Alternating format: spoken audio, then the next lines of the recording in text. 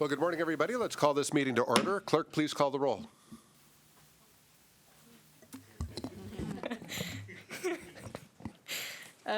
Commissioner Whitburn, Here. Commissioner Willis, absent. Commissioner Anderson, absent. Commissioner Becker, Present. Commissioner Desmond, absent. Commissioner McKenzie, present. Commissioner White, Present. alternate Commissioner Von Wilpert, absent. Alternate Commissioner Drake, Here. alternate Commissioner Vargas, absent. Alternate Commissioner McCann, absent. Alternate Commissioner Mathis will vote in place of the vacant public member seat. And there's a quorum with 5 members present. Thank you, Clerk. Commissioner McKenzie, would you please lead us in the Pledge of Allegiance?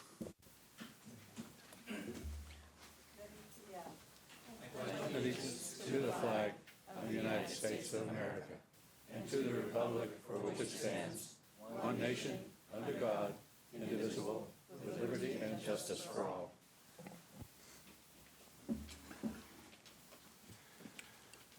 We have no statements this morning regarding commissioners participating remotely.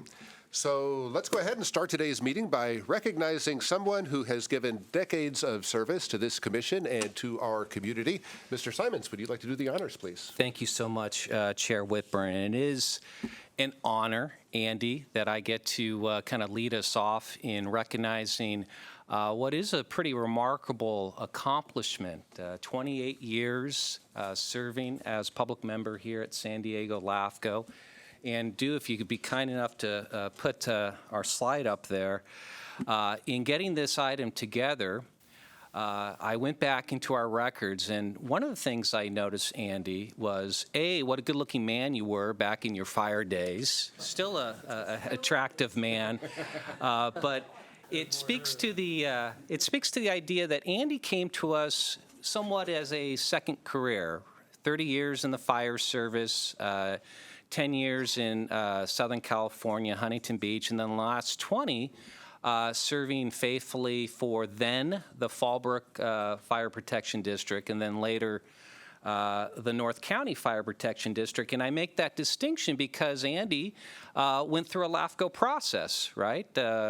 Dissolving and then consolidating his larger Fallbrook Fire Agency and taking on the Rainbow community. So I think that must have been an interesting experience because Andy then served on what we have here at San Diego, a Special Districts Advisory Committee, made a lot of good friends, and endeared himself to staff. Mike Ott, my predecessor, certainly has always spoken highly of Andy through that process of getting to work as a colleague with Andy. And then I noticed back in 1996, Andy, and probably the last time we did an actual recruitment for a public member, you took on the incumbent at the time, Dr. Linnell Frum, and got the seat.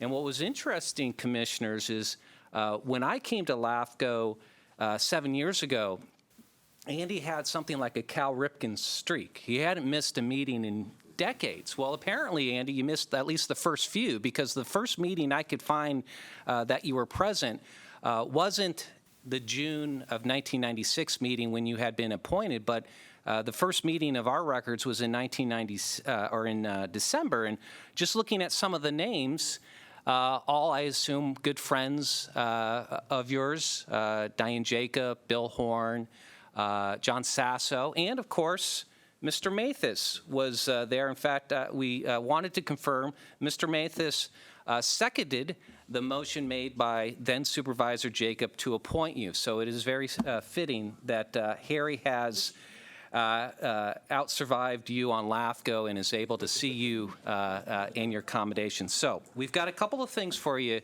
Andy, and I know we want to hear from you in a bit. We have a commendation that has been signed and authored by our chair, vice chair, and immediate past chair. I'm going to read that into the record because I think it really helps frame for all the listeners out there what a remarkable run you've had at LAFCO. And then Michaela has put together a nice video tribute of some faces that you will remember who wanted to say something to you on your big day. So with that, I'm going to read into the record this commendation. So, whereas the San Diego County Local Agency Formation Commission was established in 1963 and responsible for overseeing orderly government boundaries and municipal service areas consistent with community needs. Whereas, as public member, Andy Vanderlaan honorably served on LAFCO for nearly 3 decades, beginning in 1996 before resigning in good standing in January 2024. Whereas, prior to serving as an appointed commissioner, Andy Vanderlaan dutifully served as an elected member of the San Diego County Special Districts Advisory Committee in his concurrent capacity as fire chief for the North County Fire Protection District. Whereas, in response to the devastating wildfires in the early 2000s, Andy Vanderlaan partnered with commissioners and County of San Diego Board of Supervisors, Diane Jacob and Bill Horn, and many others along the way to effectuate the successful creation of the San Diego County Fire Authority in 2008, followed by the formation of the San Diego County Fire Protection District in 2021, and in doing so, provide coordinated enhanced protection throughout the unincorporated area going forward. Whereas Andy Vanderlaan played an instrumental role in supporting LAFCO in establishing its municipal service review program beginning in 2001, and whereas Andy Vanderlaan extended his service throughout California as an elected member of the Cal-LAFCO board. I've got a lot more to go, Andy, hold on.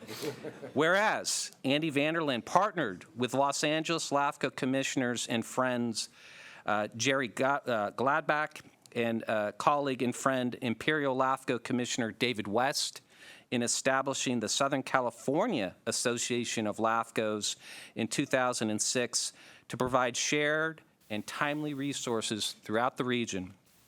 Whereas, in completing his service with San Diego LAFCO, Andy Vanderlaan has become one of the longest-serving commissioners in LAFCO's history alongside his friends and colleagues, Harry Mathis and Diane Jacob.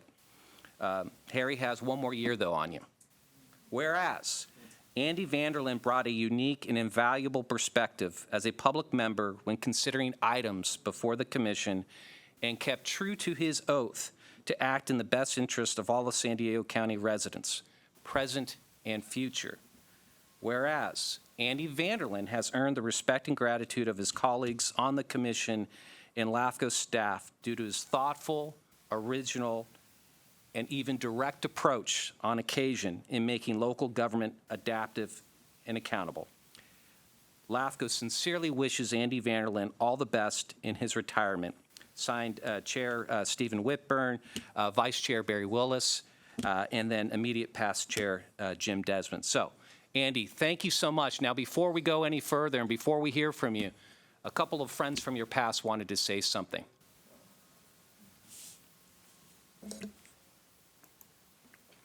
Hello, Andy. I wanted to wish you the very best with your decision to leave LAFCO after 28 years. If it seems like I'm on a train right now, it is because I am on a train headed home from Yorba Linda.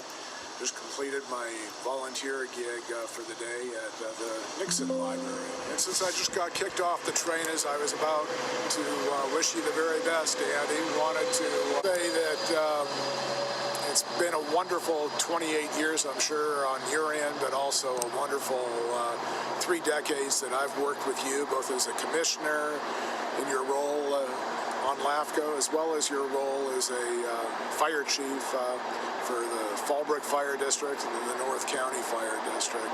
You've been a tremendous blessing for both me and my wife Cheryl, and we are hoping and praying that your years ahead are as fruitful as the ones that are behind you. God bless you. Thank you, Andy, for your 28 years of rock-solid service to San Diego LAFCO. As chair, your leadership led us on the journey to consolidate fire agencies, which ultimately resulted in the formation of the San Diego County Fire Protection District. This was simply amazing, and the naysayers said it couldn't be done. and I'm sure you remember that. You were the glue that held it all together, the fire guys, the community, and the LAFCO commissioners. When you spoke, everyone listened to your wise words. What a legacy you leave behind. An incredible, one-of-a-kind accomplishment that will protect life and property now and forever. Thank you, thank you, thank you, and my very, very best to you in your retirement. Andy, on behalf of San Diego County Fire Districts and myself, Steve Abbott, I'd like to congratulate you on your nearly 3 decades of service to the San Diego LAFCO Commission, and also your stewardship in the fire service community throughout not only California, but even the western states.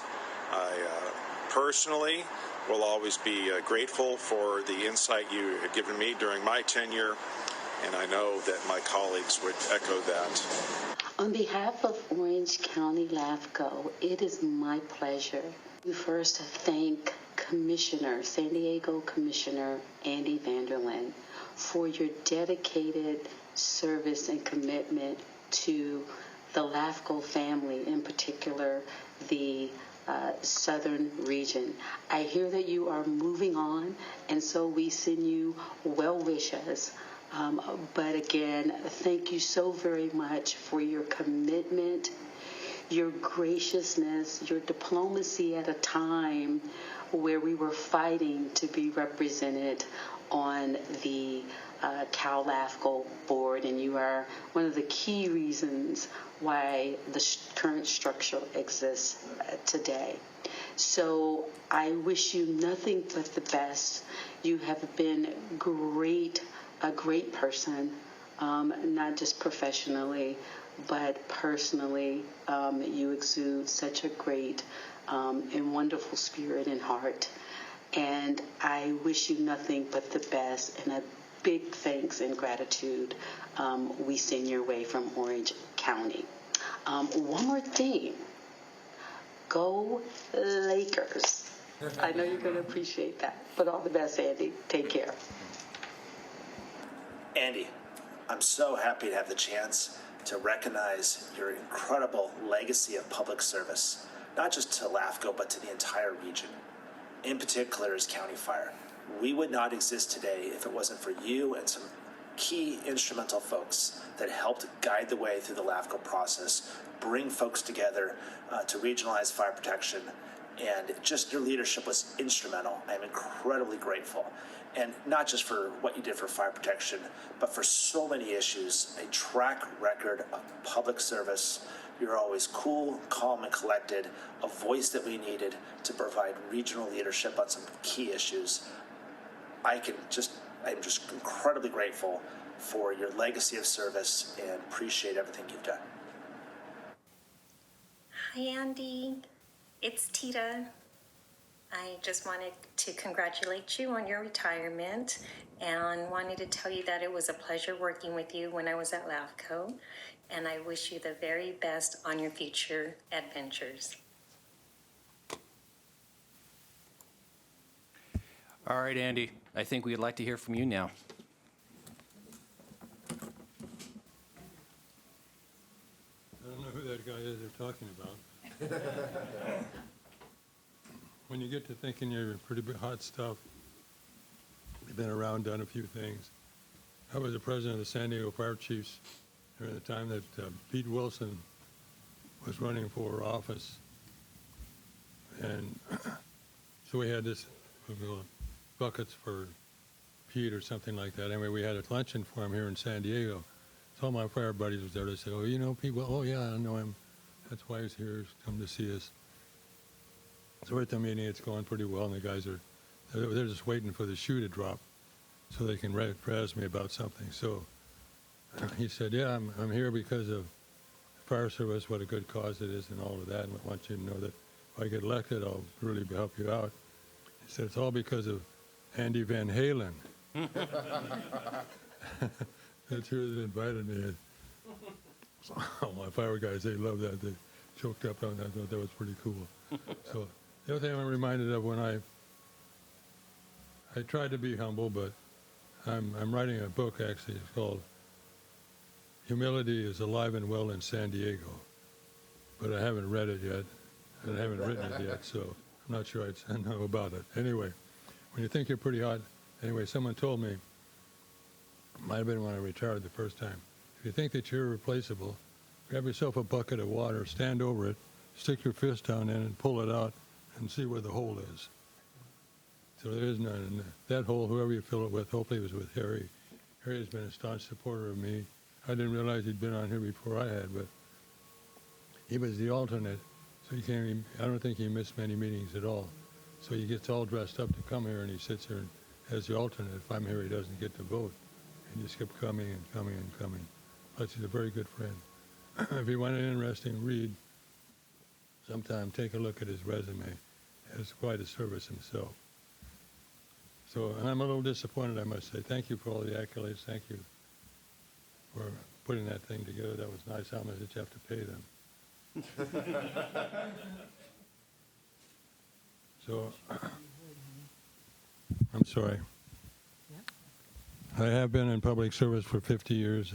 As that was said, somewhere all over the place. I couldn't keep a job for a while, but finally I got to Fallbrook, and I don't know why they didn't. And I was the new kid from Orange County. I guess maybe that's why they kept me, but I was around for 20 years there.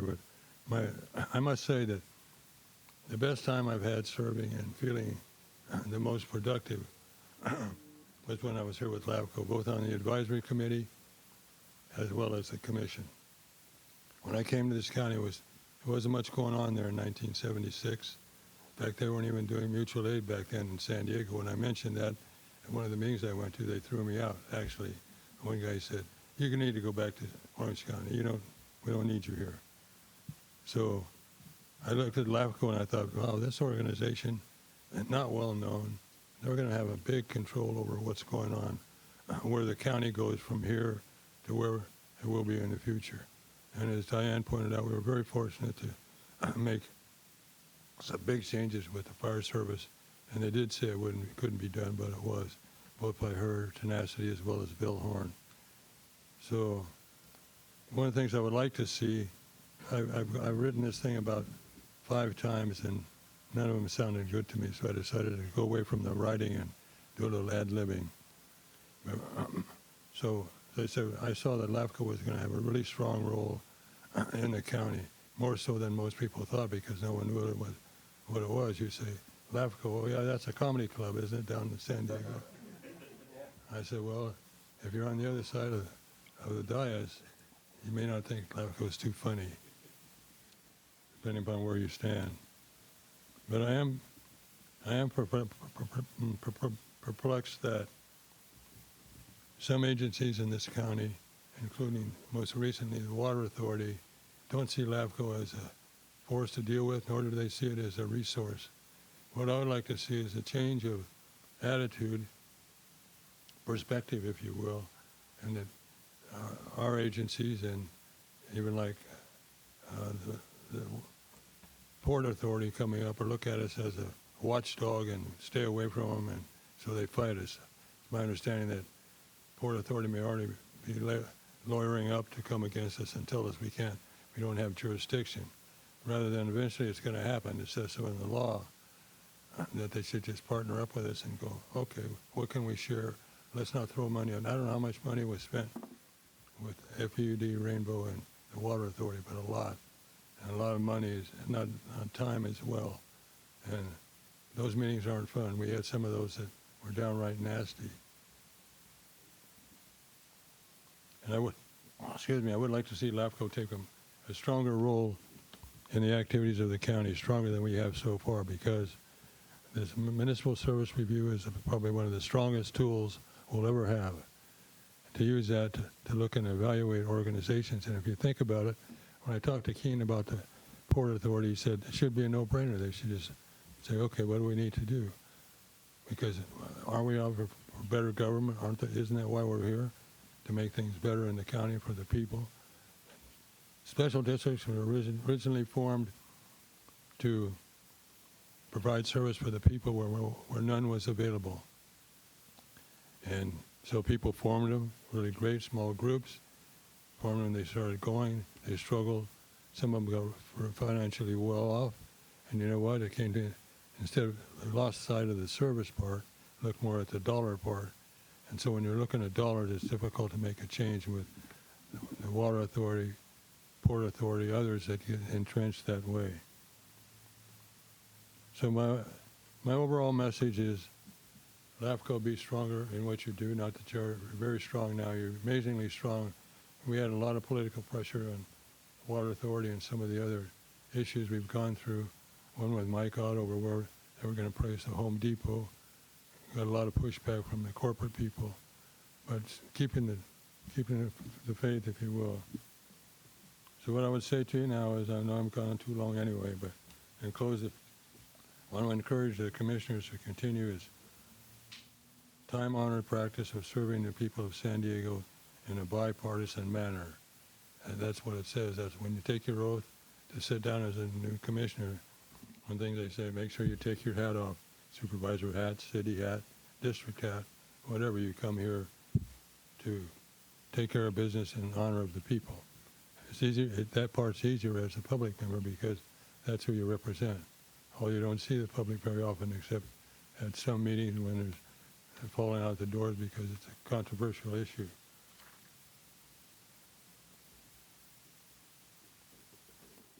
And I think that's about it. So I was going to start off with something like 28 years, so I'm going to go year by year. But I knew I'd be thrown out the door by that time. So anyway, we'll not go door by door. But I also want to say that the time for change for LAFCO, not that it needs to be changed, I think they're doing a great job, but the public doesn't know much about you. So what I would suggest is that you wake the town, tell the people, let them know what LAFCO is, what it does, and it's not a big maze or a puzzle. It's pretty easy. And I would suggest perhaps that staff look at some educational classes for the public once a year or something. Also, I think it's a great time for that because right now you're sitting extremely well. You have an excellent chief officer and a great staff. Unfortunately, I haven't met the newer ones yet, but a great staff. And one thing I must say about Keene, those of you who I've served on the personnel committee, but Keene does an excellent job of training.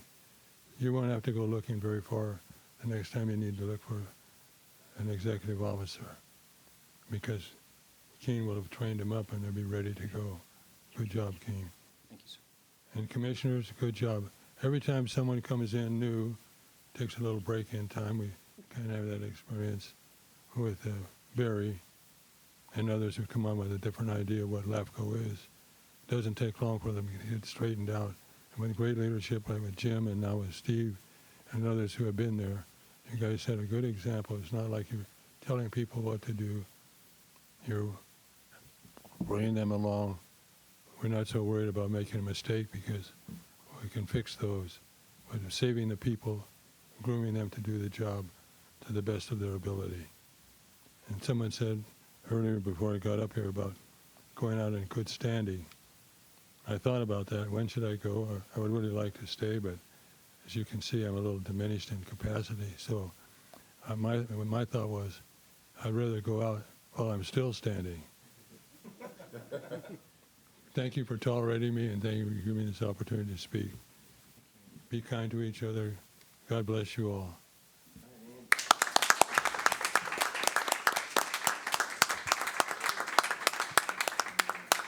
Mr. Chairman, may I make a comment? Yes, Commissioner Mathis. My only regret is that this event is occasioned by Andy's resignation for health reasons. That's the only reason that he would leave. Only the years Andy has been my mentor and my cherished friend who has served LAFCO with distinction even when he wasn't feeling well. He has been my inspiration throughout my tenure. Thank you, Andy, for your service. Outstanding service. Thanks. Thanks, Chair. Andy, I just want to, just want to say thank you very much. You're my last 3 or 4 years. I can't remember how long I've been on here, but you've been an inspiration. I've learned a lot from you, and I think some of your wisdom will definitely be passed down. Appreciate it. Not only were you always knew the topic and you knew the right way to do it, and the right direction to go. You were also very personable. You'd ask everybody how their day was, and that was just kind of an open. Those types of comments really kind of help level the field and make us all comfortable working together. So appreciate that. Appreciate your comments and all your years of service here on LAFCO. Thank you very much. Thank you, Commissioner. And I will say, too, the length of your service has obviously been extraordinary. But as we heard today in some of the comments, so have your accomplishments been.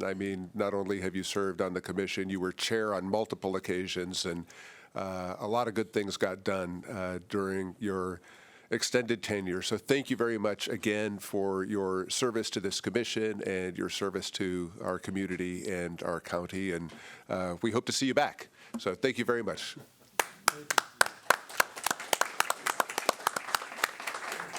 Let's take just a brief 3-minute recess so Chair Vanderlaan can make his exit surrounded by well-wishers along the way, and we'll pick back up in 3 minutes. Thank you, Chair. All right, everybody, let's call this meeting back to order. Clerk, please call the roll.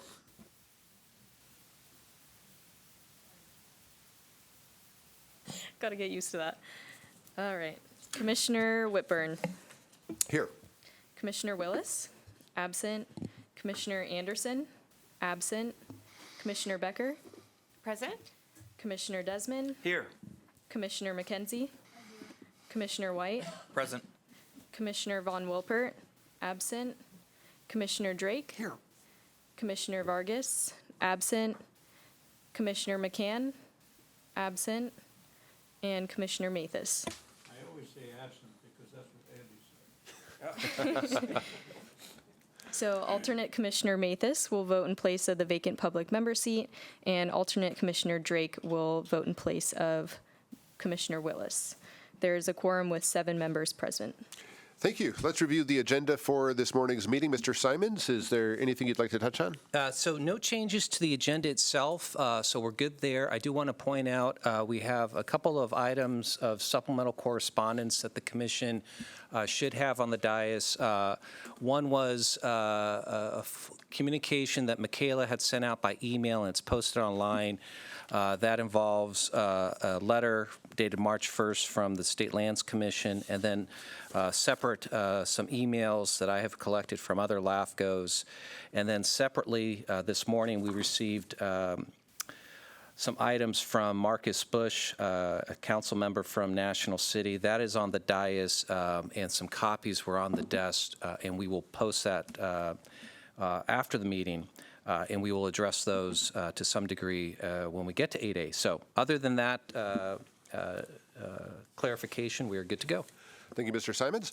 Let's take non-agenda public comment and public comment on the consent calendar. This provides an opportunity for anyone who would like to comment on something that is not on today's agenda but is within the purview of LAFCO, or anything that is listed in the group of consent items. I have a slip here. We have a public comment from Eileen Delaney, I believe.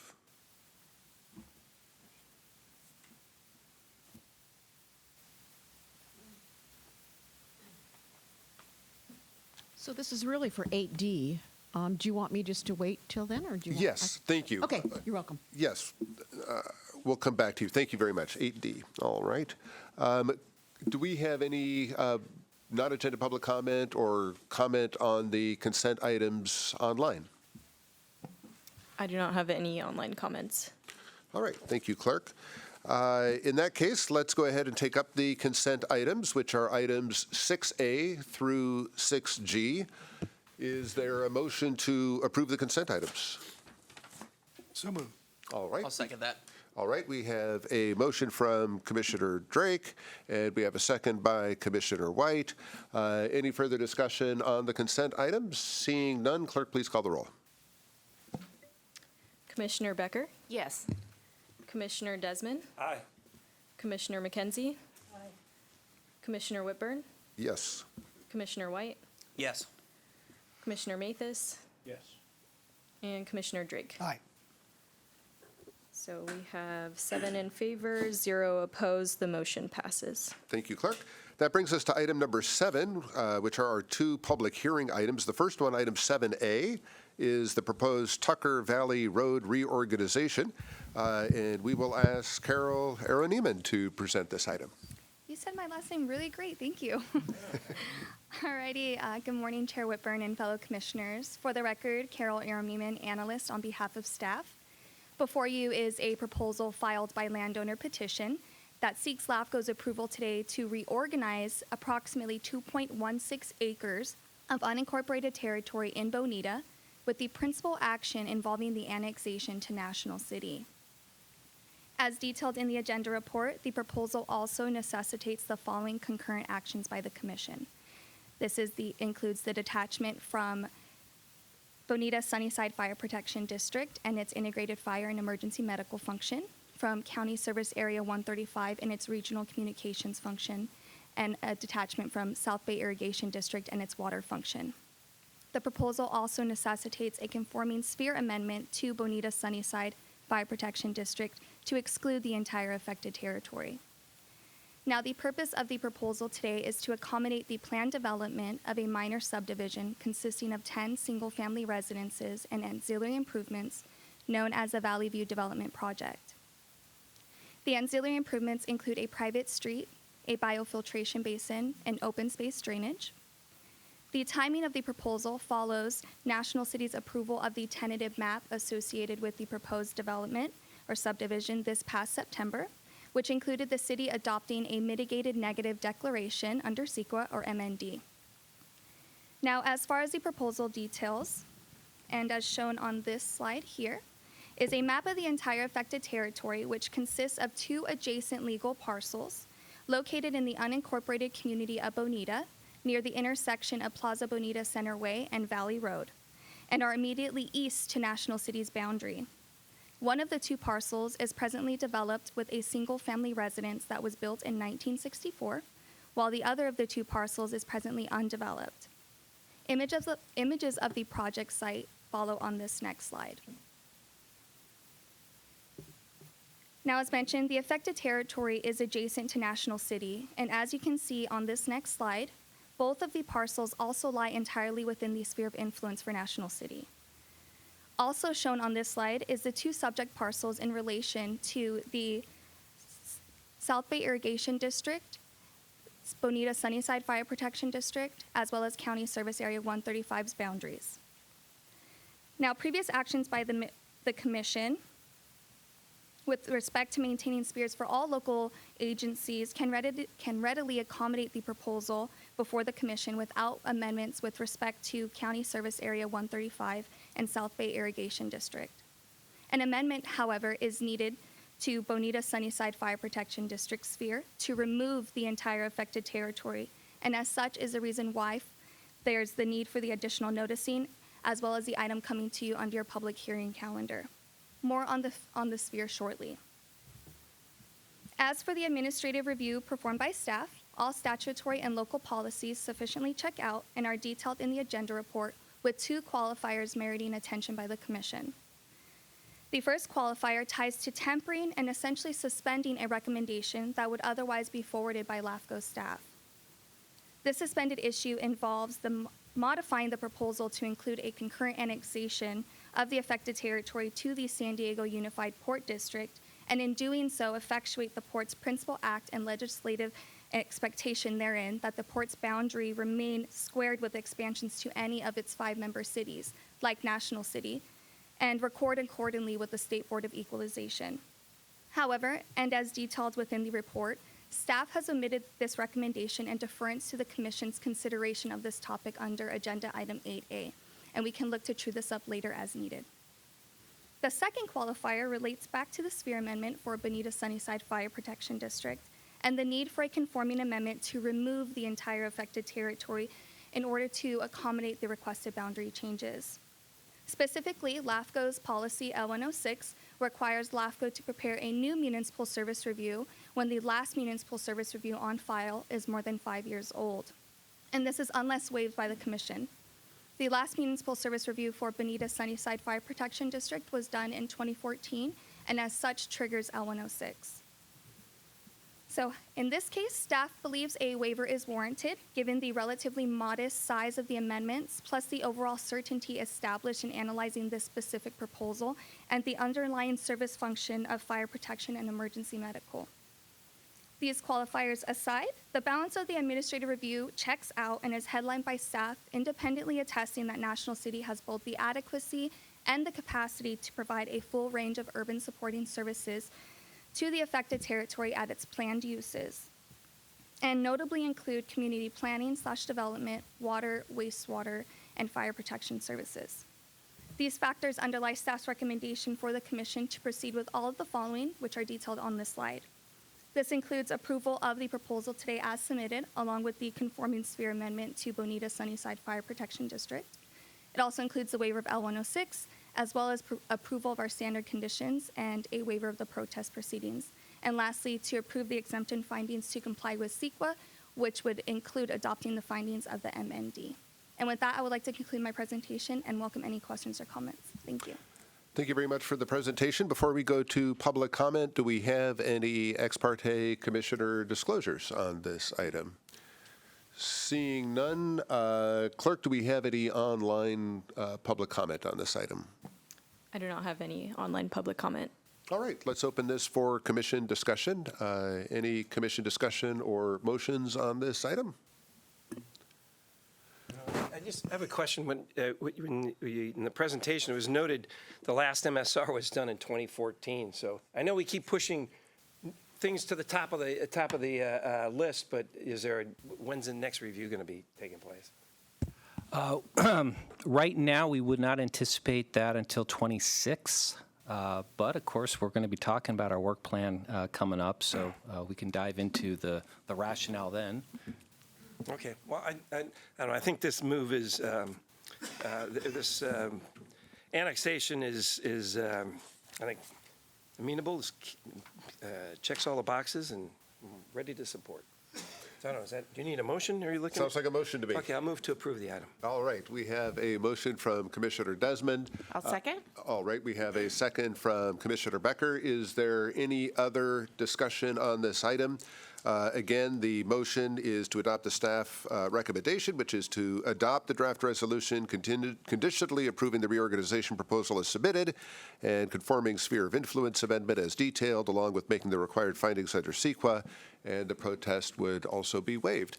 Seeing no further discussion, clerk, please call the roll. Commissioner Becker? Yes. Commissioner Desmond? Yes. Commissioner McKenzie? Yes. Commissioner Whitburn? Yes. Commissioner White? Yes. Alternate Commissioner Mathis? Yes. Alternate Commissioner Drake? Yes. Perfect. 7 in favor, 0 opposed. The motion passes. Thank you, clerk.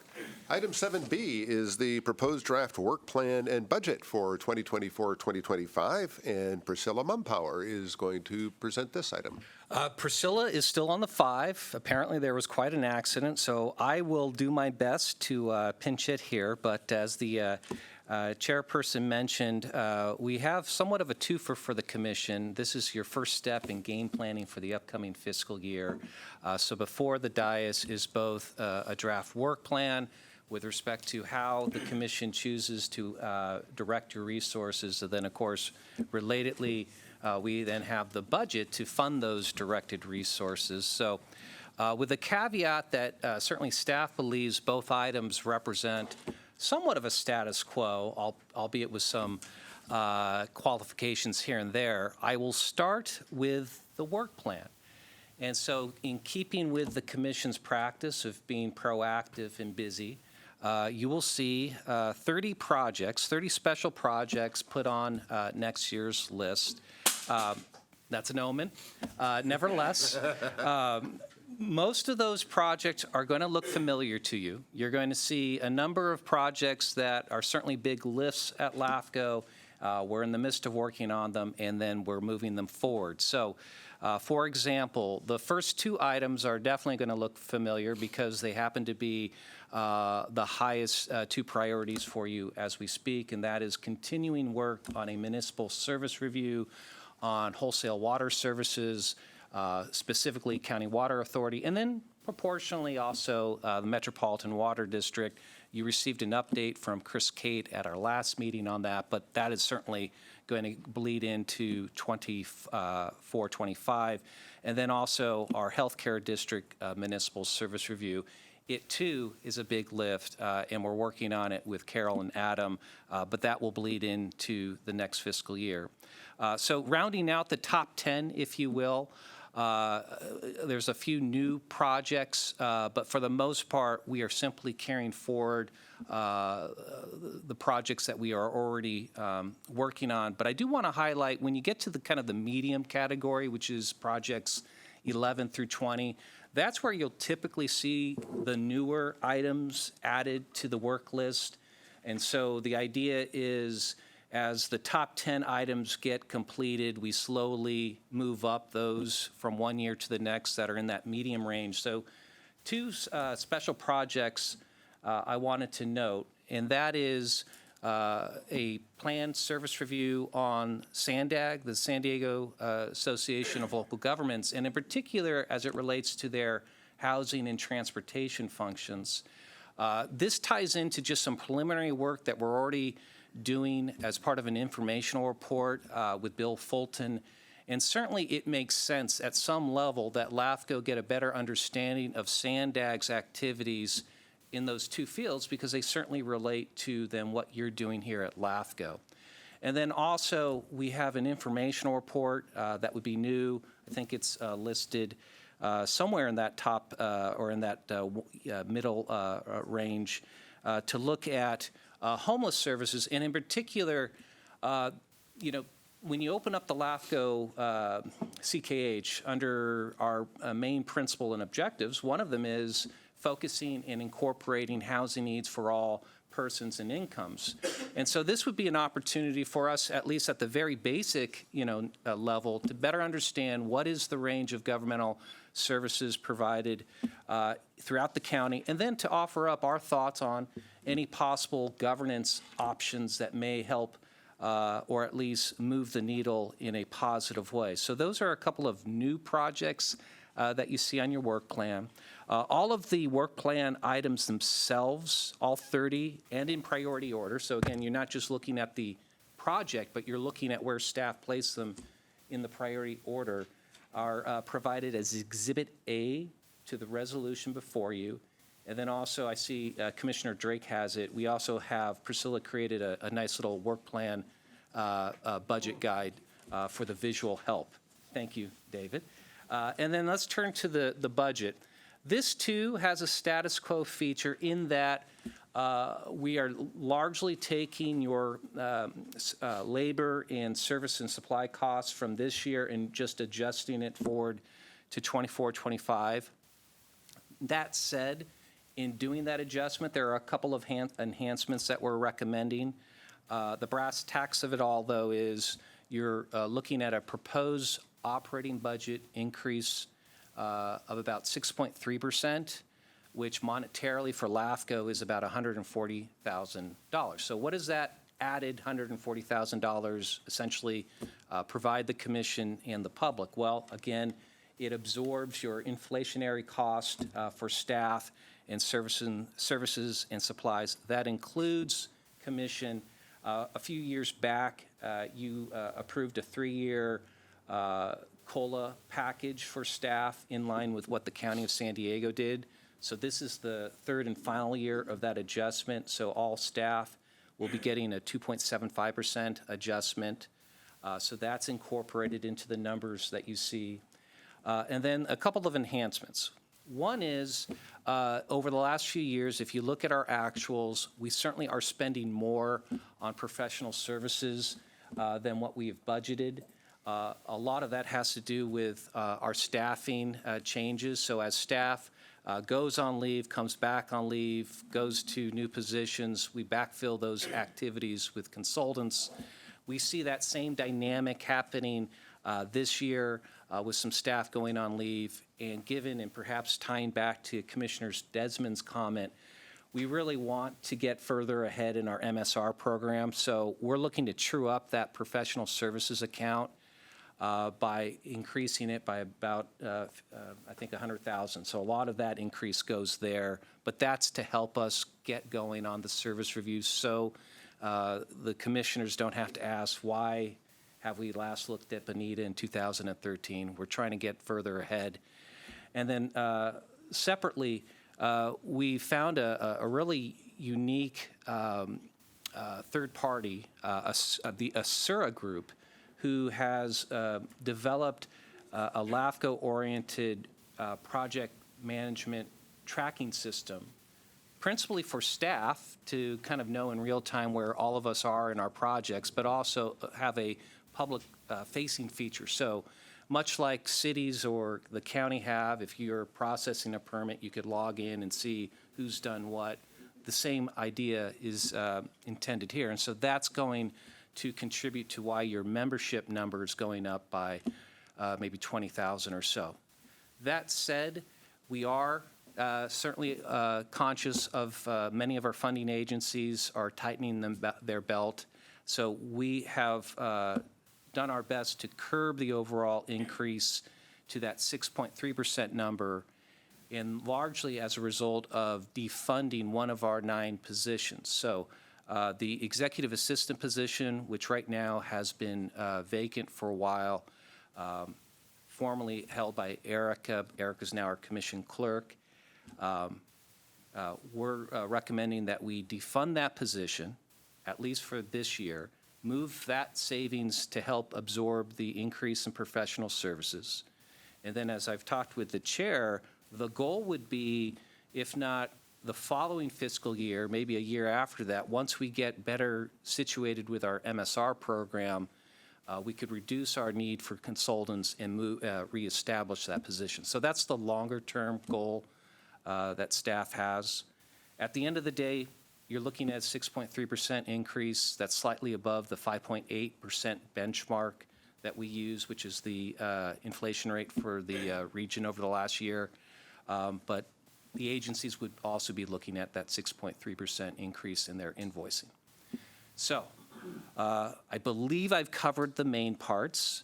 This is a public hearing. Should the commission approve both of these items with whatever changes you see fit, we will then circulate for a formal public notice to the public in all of our funding agencies. We have notice meetings set up for our advisory committee, both with the cities and the districts. They will be looking at this item on March 14th and March 15th, and we will certainly bring back their comments to the commission in May when we ask for final approval. So thank you, Chair, for the time, and be happy to answer questions as you see fit. Thank you, Mr. Simons. This is also a public hearing item, so do we have any ex parte commissioner disclosures at all? Seeing none.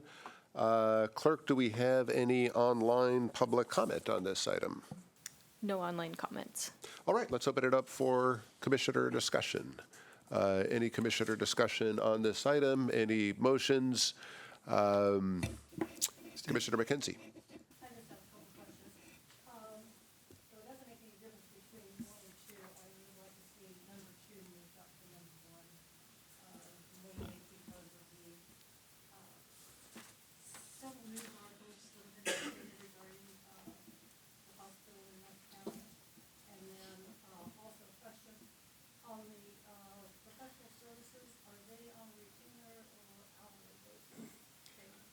All of our concerns.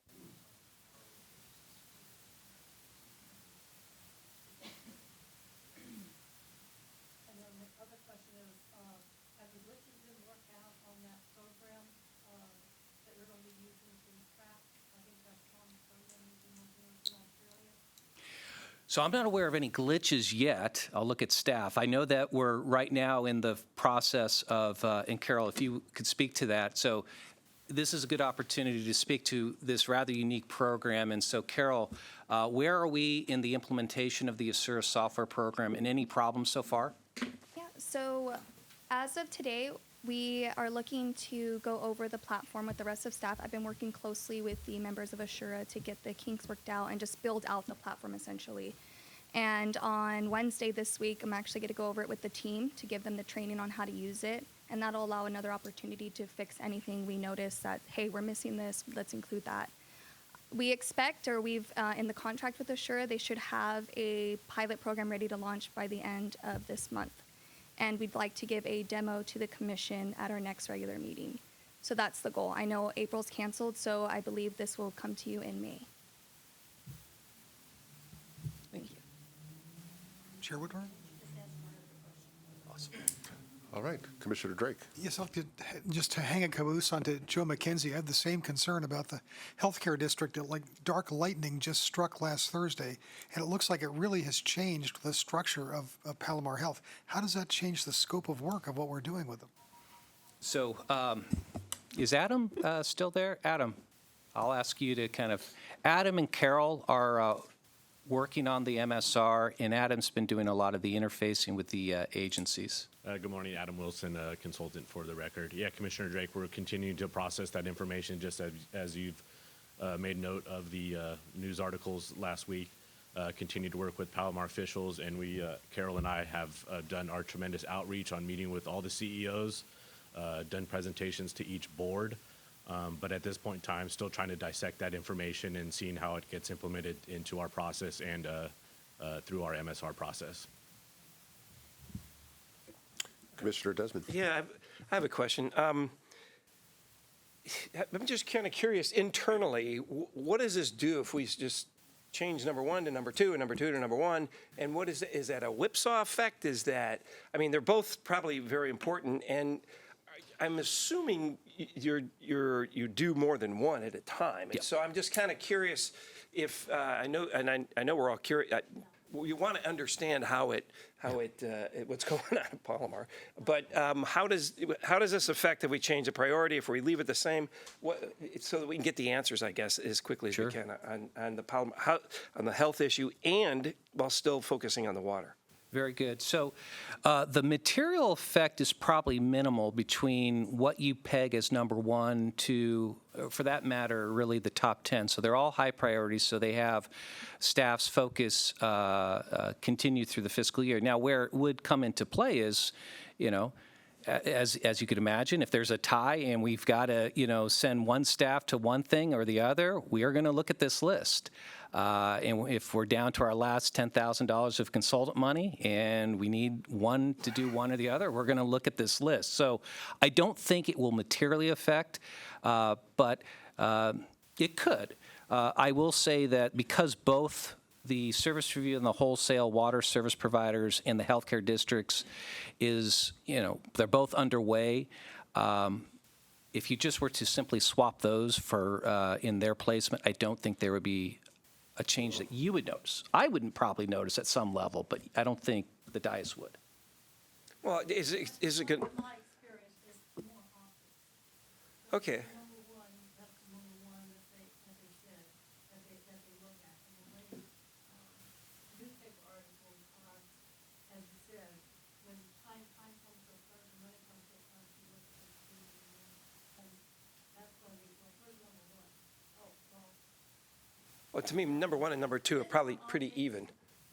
Yeah, I don't know, and I just want to, are we really just want to know about where'd she go? About the governance and what just happened, or the whole MSR? So I guess that's where I'm trying to figure it out. I just don't want to mess up where staff's already at, and if that's, just find out about the governance, what just happened, I think we all want to hear that as soon as possible, but I don't know if that really necessitates swapping number 1 and number 2. Further commissioner discussion? At this point, we do not have a motion on the floor. So I'm going to go ahead and make a motion then to adopt the staff recommendation as presented. Second. And we have a second by Commissioner McKenzie. The effect of the motion is for the body to adopt the proposed draft work plan for 2024-25 and the proposed draft budget for 2024-25, and the executive officer is directed to circulate copies of the approved work plan and budget for public review and comment, and return with a final work plan and budget no later than June 15th, 2024. Seeing no further discussion, clerk, please call the roll. Can I, wait a second? Yes. Okay. That was very thorough, thank you. But I guess, so are we asking, though, not aside from the motion, that staff look at what just happened with the governance of Palomar and come back? So that would just be staff guidance? Is that, Keen, is that your understanding, or what? Yes, so with that clarification, we can have Carol and Adam provide a separate update on the healthcare MSR, because it is part of your it's current separate work from the plan motion. at the next meeting. But that's not part of the motion. Okay.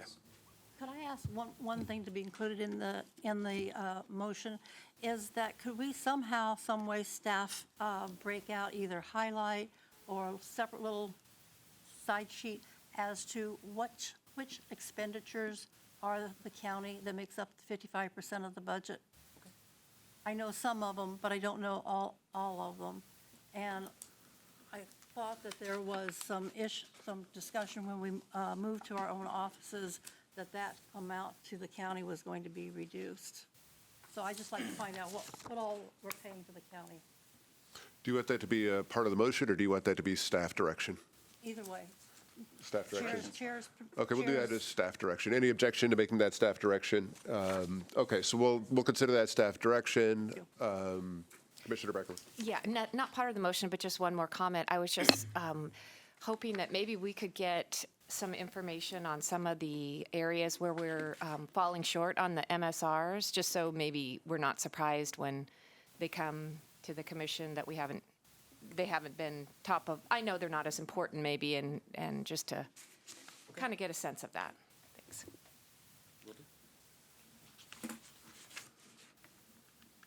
Okay, so we've got staff direction on 3 different subjects: the status of the MSRs, the county expenditures, and the healthcare district. You're clear on all of those. We've got a motion on the floor, which is the motion as articulated in the staff recommendation. Seeing no further discussion, clerk, please call the roll. Commissioner Becker? Yes. Commissioner Desmond? Yes. Commissioner McKenzie? Yes. Commissioner Whitburn? Yes. Commissioner White? Yes. Commissioner Mathis? Yes. Commissioner Drake? Yes.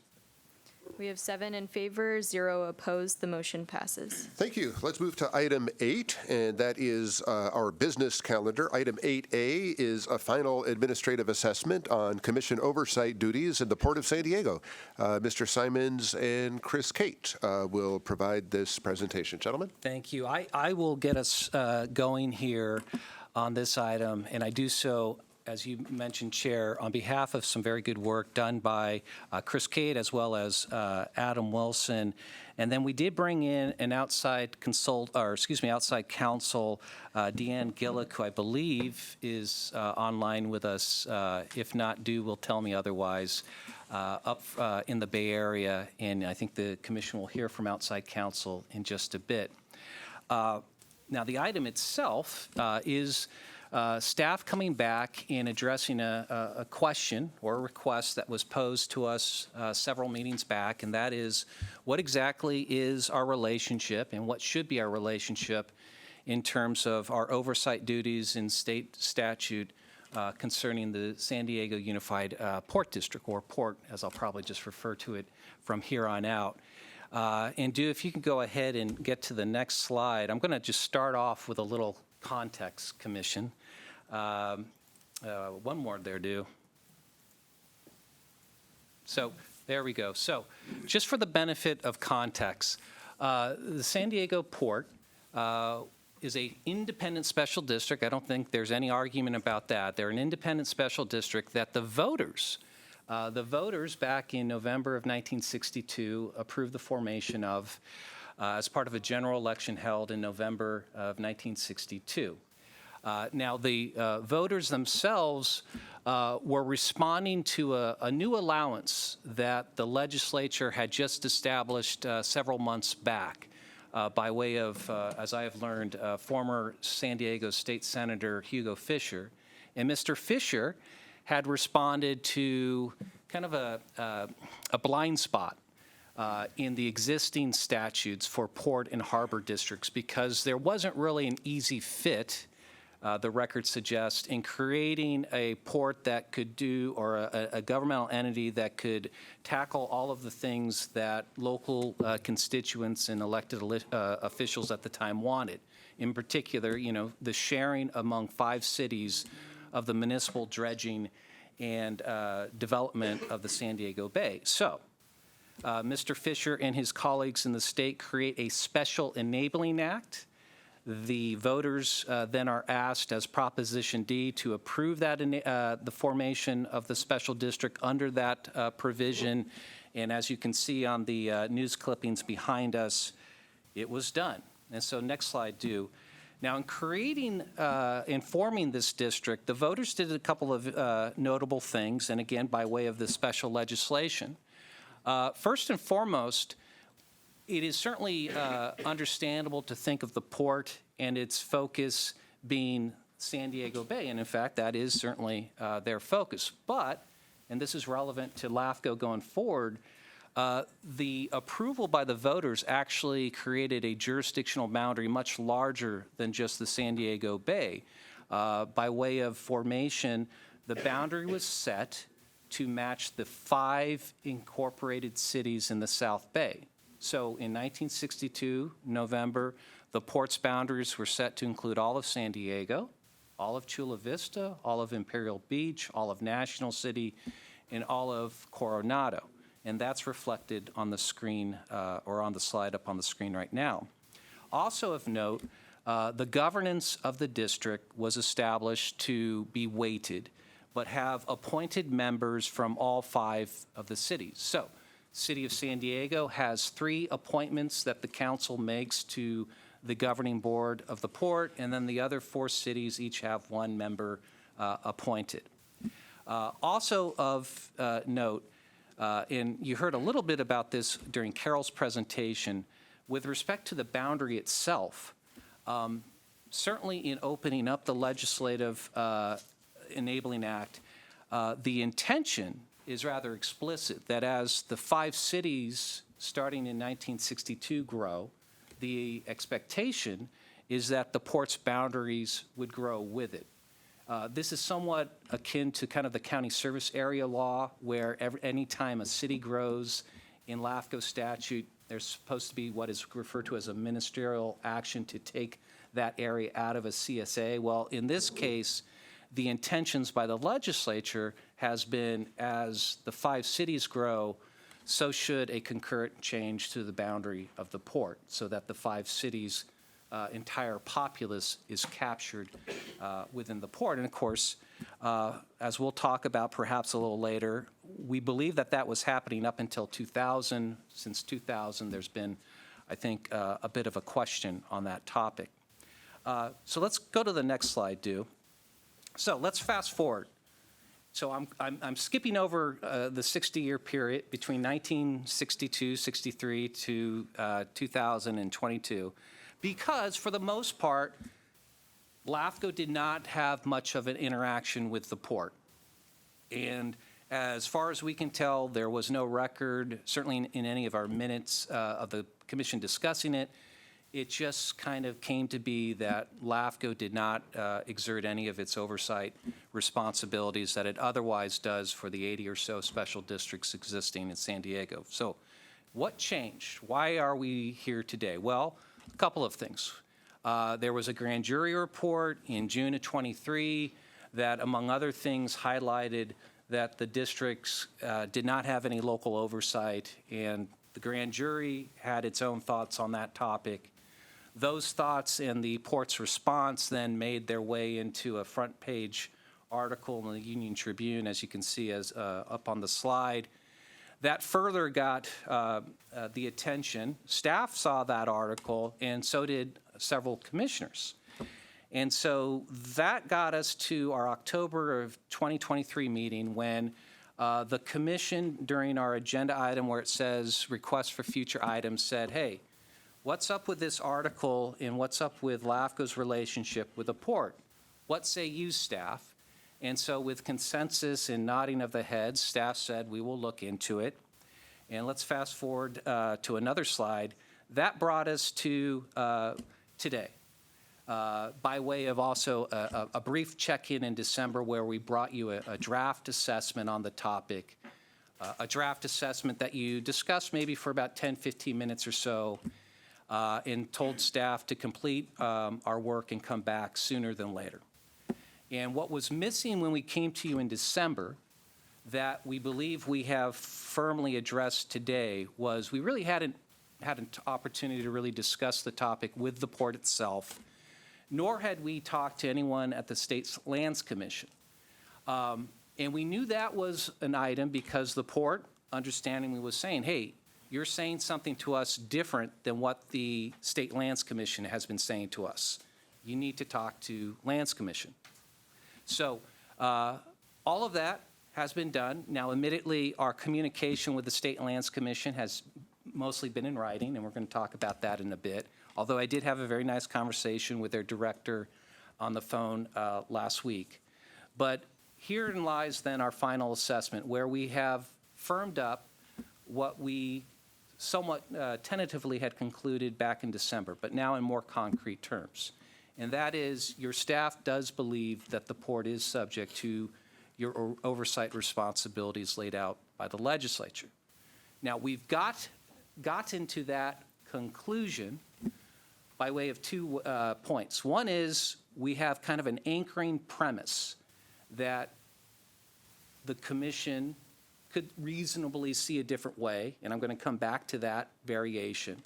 But based on our premise, which is to look at the definition of a special district in LAFCO law and what the port does, we do believe that the port is in the local performance of certain governmental and proprietary functions. In our vernacular, that's port and harbor, public safety, recreation, and obviously community development, waterfront development.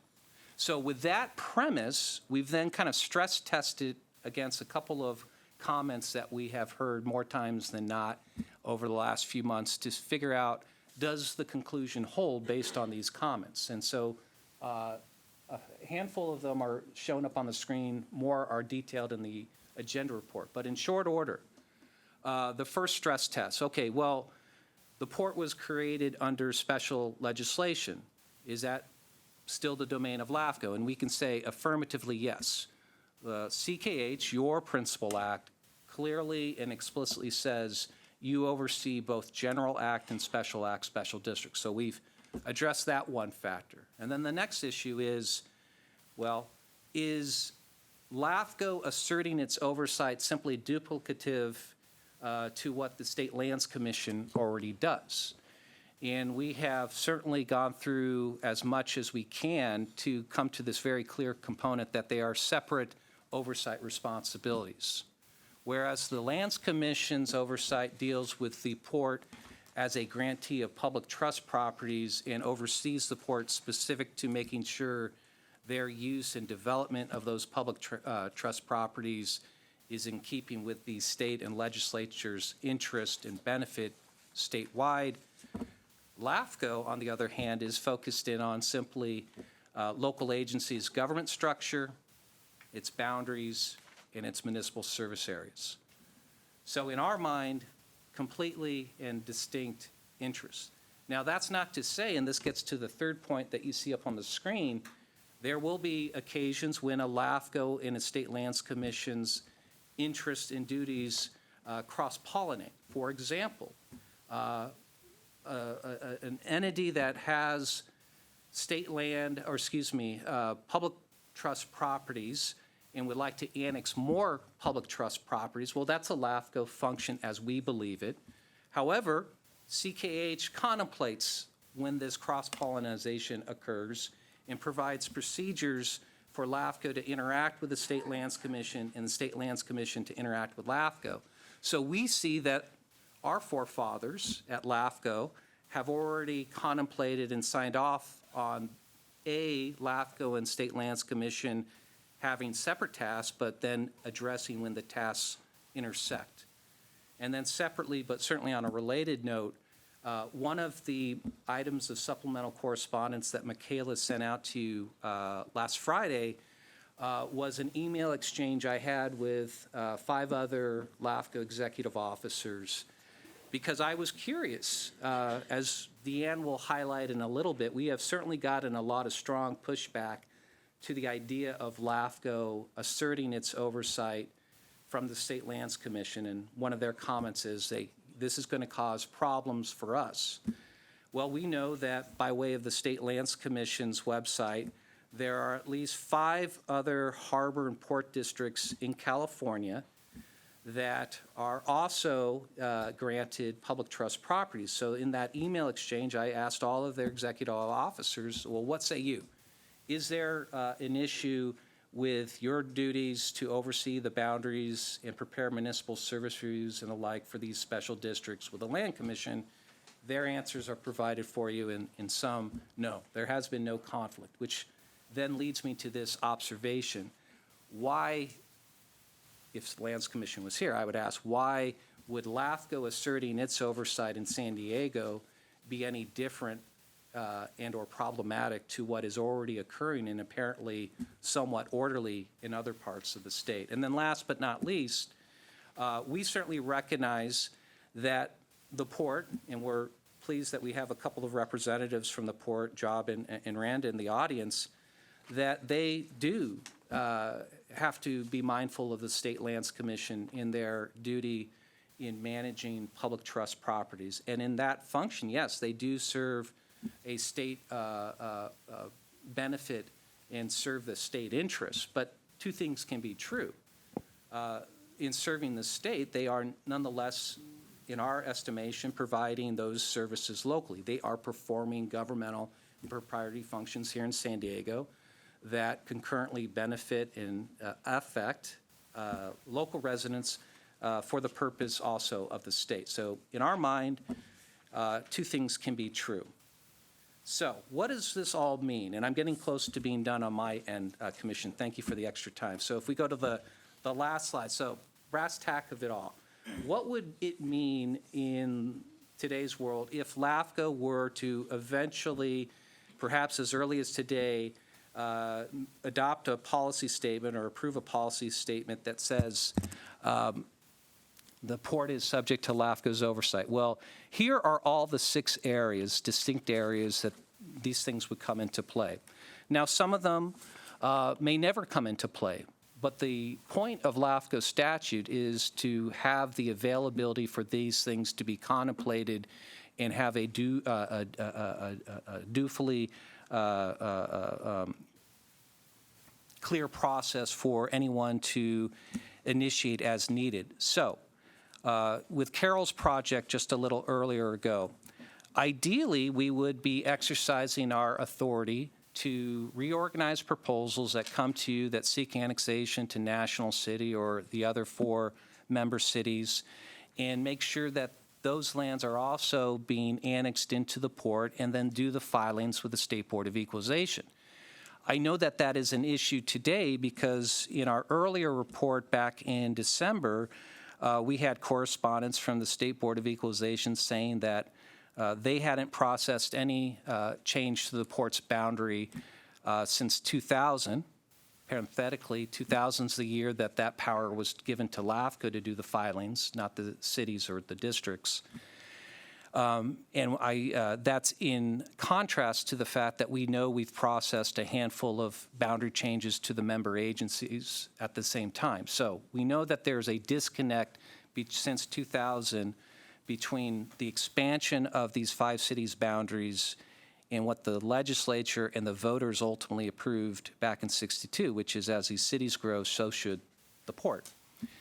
But perhaps the most important and concrete changes that would apply should the Commission assert its oversight come in 2 forms. One is you provide a clear mechanism for anyone from the public, Jane or John Doe, to have the ability to come to you and seek a change to the port's government structure or service area. Much like that provision applies to other cities and other special districts in the county The idea of LAFCO, in part, is to provide that conduit for the public to seek a change as they see fit to local government, and then you have the duty on behalf of the legislature to decide if that's orderly. And then separate from that, by asserting your oversight of the port, you would be explicitly including them in your municipal service review program, a program that I think we have shown to be of value, not just to the agencies themselves, but to their constituents, because it's our opportunity to independently assess the effectiveness of the services relative to community needs, and the legislature says you decide what those community needs are, and then as you see fit, Commission, make recommendations, and if you feel so strongly about it, initiate changes based on those recommendations. So, in broad strokes, that is the final assessment of your staff. It is, again, premised on this determination from staff that we believe that the port is providing and performing a local service. However, as we provide in the report, it is reasonable for the Commission to have a separate premise, which is those services that are provided locally are simply incidental to the exclusive role as a state agent. And if that was the Commission's collective preference, well, then you should make a substitute policy statement that the port is not subject to San Diego LAFCO. That is not our recommendation, but it is a reasonable one available on the dais. So, staff is certainly ready to answer questions. Chris Kate, Adam Wilson have been assisting, but I did, if the chair is willing, I did want to hand this off quickly to outside counsel Deanne Gillick to offer up a couple of comments that I'm guessing will proactively address some questions that the Commission may have. So if that's okay, Deanne, are you available? Awesome. So what say you on this topic? Yeah, good morning. I'm Deanne Gillick with Sloan Sakai in the Sacramento area, and been asked to join in a role of special counsel. Just for background, I am general counsel to LAFCOs, and I've been special counsel to LAFCOs over the years. I've served as a city attorney. I've been employed as a deputy county counsel, and then served as special counsel and general counsel to special districts, including a couple port districts. So just wanted to give that background in that I've worn many hats, including the hat of LAFCO, the cities, port districts, and special districts. And just wanted to be available, but also reiterate the comments that your executive officer has made in evaluating the Cortese-Knox-Hertzberg Act, the port's special legislation, as well as the role of the State Lands Commission. And we started with the premise of the under Cortese-Knox, the district is a special district, which would be subject to LAFCO's oversight, and looked at the definition of a special district in Cortese-Knox, which your executive officer has included in the staff report and has reviewed with you. And as we know, there's certain exceptions to special districts that don't fall within LAFCO's jurisdiction. We're very familiar with school districts, with transit districts, or other unique special districts that don't fall within LAFCO's jurisdiction. The state legislature has said it's not appropriate for LAFCO to be involved in those type of reorganizations. And the Port District does not fall within any of the exceptions. And we carefully evaluated the Port District Act to look at the powers of the Port District as well as how the Port District was formed. And as the executive officer indicated, there's rules regarding the boundaries of the districts and the automatic annexations within the Port District. And I think that it's important on one of the slides that there's slide 3 that was indicated that talked about the territory of the district and talked about the powers of the Port District, and that the entire boundaries of the district includes the entire incorporated areas of the 5 cities. And Section 4 of the District Act, which was on the PowerPoint, states the regulatory, taxing, and police power jurisdiction of the Port District, as otherwise provided in this act, shall apply to the above described area, which is the entire incorporated areas of the cities. And I think that's powers that LAFCO Commission is very familiar with. Those special powers that districts have, that LAFCO evaluates in your municipal services reviews, that might activate or disactivate with your latent power reviews. In addition, that very section 5 of the Act says, and I'm going to read that, it wasn't one of the slides, but it says, in addition to the powers of authority described in subdivision A, which I just read, it says the district shall exercise its land management authority and powers over the following areas. And it states the tidelands and submerged lands granted to the district. And that is exactly where the State Lands Commission has some oversight in the tidelands and the submerged lands. But as the District Act says, it says in addition to the broad powers, the district also has land management powers over the submerged and tidelands. And that is where we have evaluated the State Lands Commission correspondence and the authority. And we, in interpreting and looking at Cartesian Knox, where there's an interrelationship and it acknowledges the role of the State Lands Commission, is exactly how LAFCO's commission can carry out your important duties of oversight of special districts, looking at municipal services and boundaries, and consistent with the Port District special legislation, the State Lands Commission has a very important role regarding those public trust properties. So I just wanted to kind of point out that language in the District Act itself and reiterate our evaluation looking at Cartesian Knox, the definition of special districts, the Port District Act, and being able to reconcile that the LAFCO plays an important role, the Port District plays an important role, and the State Lands Commission plays an important role, just like all your other jurisdictions that LAFCO has oversight over and evaluates. And I am available to answer questions, to follow up and go into more details on anything, and am available. But with that, I'm going to pause for a moment.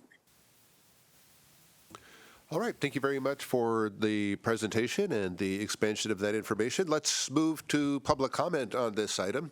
And let's begin with the acting president and CEO of the Port of San Diego. We'll invite Randa Coniglio. Good morning, and thank you for inviting us to speak on this issue today. For the record, my name is Randa Coniglio, and I'm the acting president and CEO for the Port of San Diego. As we began these discussions a couple of years back, the Port has consistently invited San Diego LAFCO to engage with our oversight agency, the State Lands Commission, to discuss this issue of jurisdiction. You can see from the letter writing exchange back and forth that the State Lands Commission holds a very definitive opinion about this question. And as a reminder, the State Lands Commission is a commission comprised of California's governor, lieutenant governor, and state controller. We've had our own legal counsel look at this question, and they come to a similar conclusion. We don't have legal representation here today. I kind of wish we had I known we were going to have the lawyer speak during the presentation. Our concern is that we're rapidly headed to a legal impasse with no clear direction on how that might be resolved. And since I'm not a lawyer, rather than getting into the legal issues, I guess I would just focus on the why, and why now.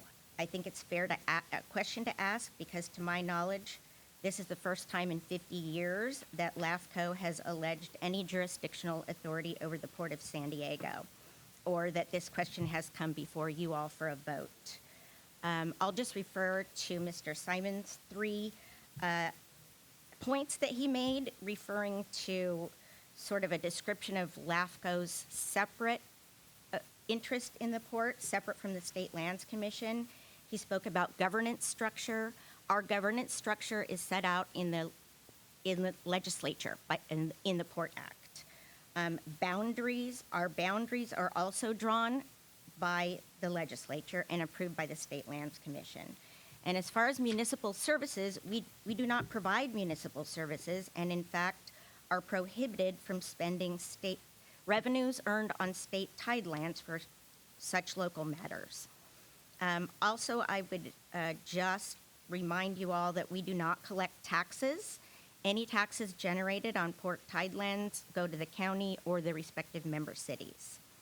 So in short, if LAFCO pursues option 1, I just think it's going to put the port in a precarious position of having to serve 2 masters, potentially leading to disputes between LAFCO and the state and causing even more confusion amongst the public, which I believe LAFCOs were set up to avoid.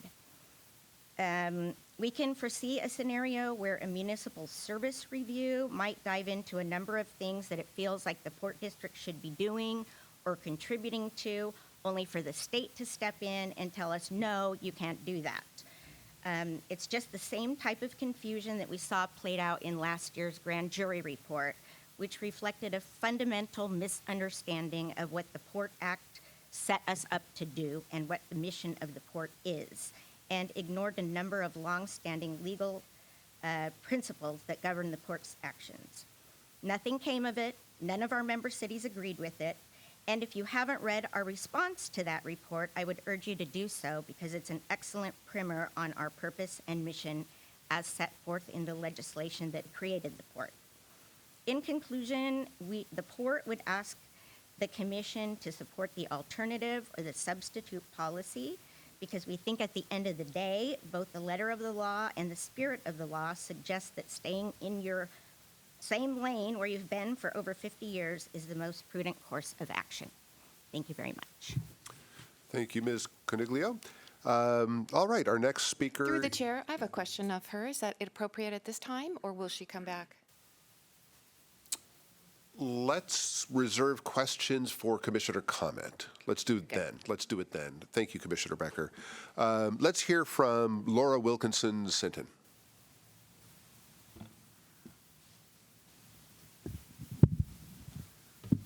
Thank you very much, Commissioner Whitburn and commissioners. My interest in the port actually began when a proposed hotel was going to be in my neighborhood.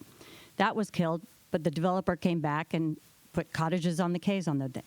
There was 100% opposition from the city of Coronado, including the city council and mayor, and it was designated open space, not hotel space, and yet the port voted for it 4-3. So I got involved in how the port governance works, and the port doesn't seem to have much oversight.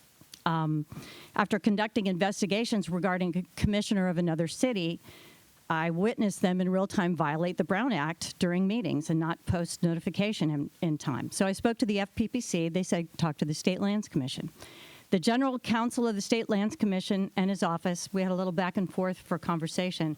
But they sent me this. They said, we really don't have a lot of oversight over the port. The State Lands Commission provides general oversight of port actions to make sure they're consistent with the San Diego Unified Port District Act and the Public Trust Doctrine. And in some cases, the act requires State Lands Commission approval for certain port actions. However, port decisions can't be appealed to the State Lands Commission. There's been a Brown Act violation. Members of the public would need to file a civil action in court. That's not a lot of oversight there. The port has had their CFO leave abruptly, a CEO suspended, then investigated another commissioner, and now appear to be investigating a public interest lawyer who spoke in public comment, who responded with a federal lawsuit against the port. The grand jury report recommendations were rejected pretty much in full by port staff. It's an awful lot of controversy in a $300 million public agency that seems to have pretty light oversight up there in Sacramento. LAFCO exercises oversight over special districts. I don't think it's a question that the port is definitely a special district, and it's an outlier in ports. For example, the Port of Hueneme only has one city they answer to, and on their port commission, they have 2 longshoremen, a firefighter, a mayor's former chief of staff, and an academic. Ours, here in the Port of San Diego, is commercial real estate attorneys, 2 lobbyists, and just 1 sole environmental justice professional. So their interests are pretty clear. They swim in that soup all the time, and that's what they know. The port is lobbying very heavily right now against AB 2783. I've actually seen their talking points. This would codify the ethics oversight over the port. The port, to my knowledge, has not published an external financial audit in years to the public. That's instructive on how the port operates. It is true, as they said, we can do whatever we want. And that is the attitude and that is the culture at the port at this point. I will say there's no government entity that needs more oversight than an entity that argues against that oversight everywhere they go. They're arguing against any ethics changes up in Sacramento through a state bill, and they're arguing against oversight from you. But you have a public that's begging for this oversight. The Tidelands isn't all they have influence are. The sphere of influence of this port hits the whole county. And that's why LAFCO exists, and that's why we ask for your oversight as the general public. Thank you. Thank you. We have a public comment from Councilmember Marcus Bush of National City.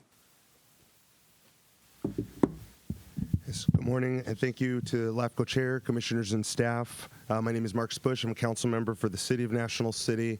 I'm also a city planner with experience with LAFCO, with municipal service reviews.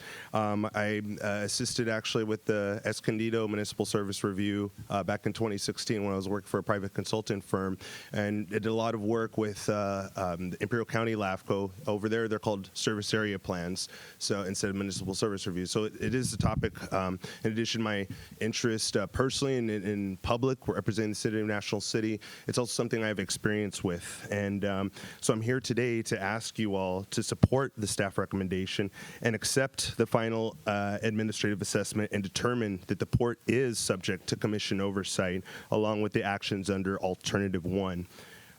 So LAFCO's oversight of the port, its ability to conduct municipal service reviews is critical, and not only for the well-being and safety of National City residents, but also the people who benefit from our state tidelands in National City. And really want to thank the LAFCO Executive Director, your legal team, staff for the extensive research and analysis that was done on this report. Because for those who aren't familiar with National City, we do face a lot of unique challenges as one of the port member agencies. And a lot of those challenges are due to our industrialized bayfront, including environmental, pollution, health impacts, increased demand on our emergency services.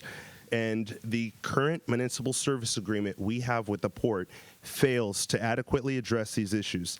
It does not provide an equitable distribution of resources. This is something that our city has brought up for years, and I've included in the letter to our executive director, and hopefully each of you have this. This was a letter that our city sent back in 2021 to the port staff highlighting these concerns. And if I may, I would like to read part of the letter here. And this, again, is from 2021. To date, the municipal service agreement has failed to meet the cost demands generated by long neglected impacts associated with port operations. As written, the MSA is devoid of any consideration to environmental justice or equity between member cities. The current reimbursement cost found in the MSA is flawed because it does not account for the added cost to respond to high hazard risk areas within the 24th Street Marine Terminal, and it ignores the health impact to our portside communities. So again, I provided a copy of this letter. It also gets into the detail about our methodology and how exactly it impacts our firefighters and our police services. I also provided a chart that shows the municipal service allocations between the cities and port, just to illustrate to you all. One particular data point is that the port lands in National City generate more revenue per capita than any other member city in the port. And to set an example, the city of Imperial Beach gets an allocation of over $5 million, and this is based on FY 2021 figures, the latest information I had. So my question, Imperial Beach gets $5 million, National City gets $1 million, $1.2 million approximately. So my question is, how does a city that generates the most revenue per capita for the port receive 4 times less in public safety dollars than a city less than half our size less than half our size, which generates substantially less revenue. And let me say, this isn't to put city against city. I love Imperial Beach. I love all the cities. We're all one region. At the end of the day, to me, this is Kumeyaay land. So it's not about pitting a city against another. This is about justice, and this is about what's fair and what's right. And I would definitely, if I felt like National City was not getting our fair share, I would support fairness there. So that we have to do what's fair for all cities, and this type of analysis needs to be done by an independent, neutral third party who has the expertise to do this. And based on my experience, I'm sorry, Port staff, but I don't trust you all from what you guys put us through in National City and put our commissioner through with that censure. And I appreciate you, Ms. Wilkinson, for advocating on our behalf, for your city and for Coronado. Because it wasn't right what happened. It absolutely violated the Brown Act. And so I say all this to say implementing LAFCO oversight would enable a more equitable cost-sharing methodology that would consider the unique demands placed on national cities, police, fire, and emergency services. It would also ensure that environmental justice and equity are prioritized in the distribution of resources and support while addressing the governance and ethical issues with the port that Ms. Stinton alluded to. And so I thank you for letting me share my story, my city's concerns. I kindly request the Commission accept the assessment and approve a conforming policy statement that grants LAFCO the authority of oversight at the port. And I'll conclude with this, the why, because the port staff asked the why. And that's a valid question. I appreciate that. Why after 62 years are we bringing this up? And the reason why is because lack of transparency and lack of accountability. We've seen it time and time again. I don't have time to go over the grand jury report. You guys saw it. I don't have time to go over the oddness regarding the CEO that resigned. You can come and babysit whenever you want. Well, of course I can. He's tattooed. You. Hey, was that planned?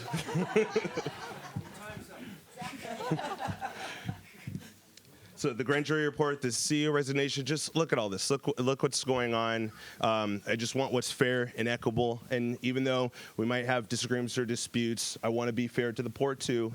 But I really would like LAFCO oversight of this. Thank you. Thank you, Councilmember Bush. That concludes in-person public comment. Clerk, do we have any online public comment? I have no online public comment for this. Thank you, Clerk. Item. All right, let's turn to Commissioner discussion, and we'll begin with Commissioner Becker. Thank you. I no longer have the question, but Okay. I'm happy to go ahead and make comments at this time. I'm satisfied that our staff, as well as our outside counsel, has done a very thorough analysis of this issue, and I do appreciate. I've spoken with the port. I appreciate and have read the State Lands Commission opinion as well, and I appreciate public comment today. It was really helpful to hear from public and from council members.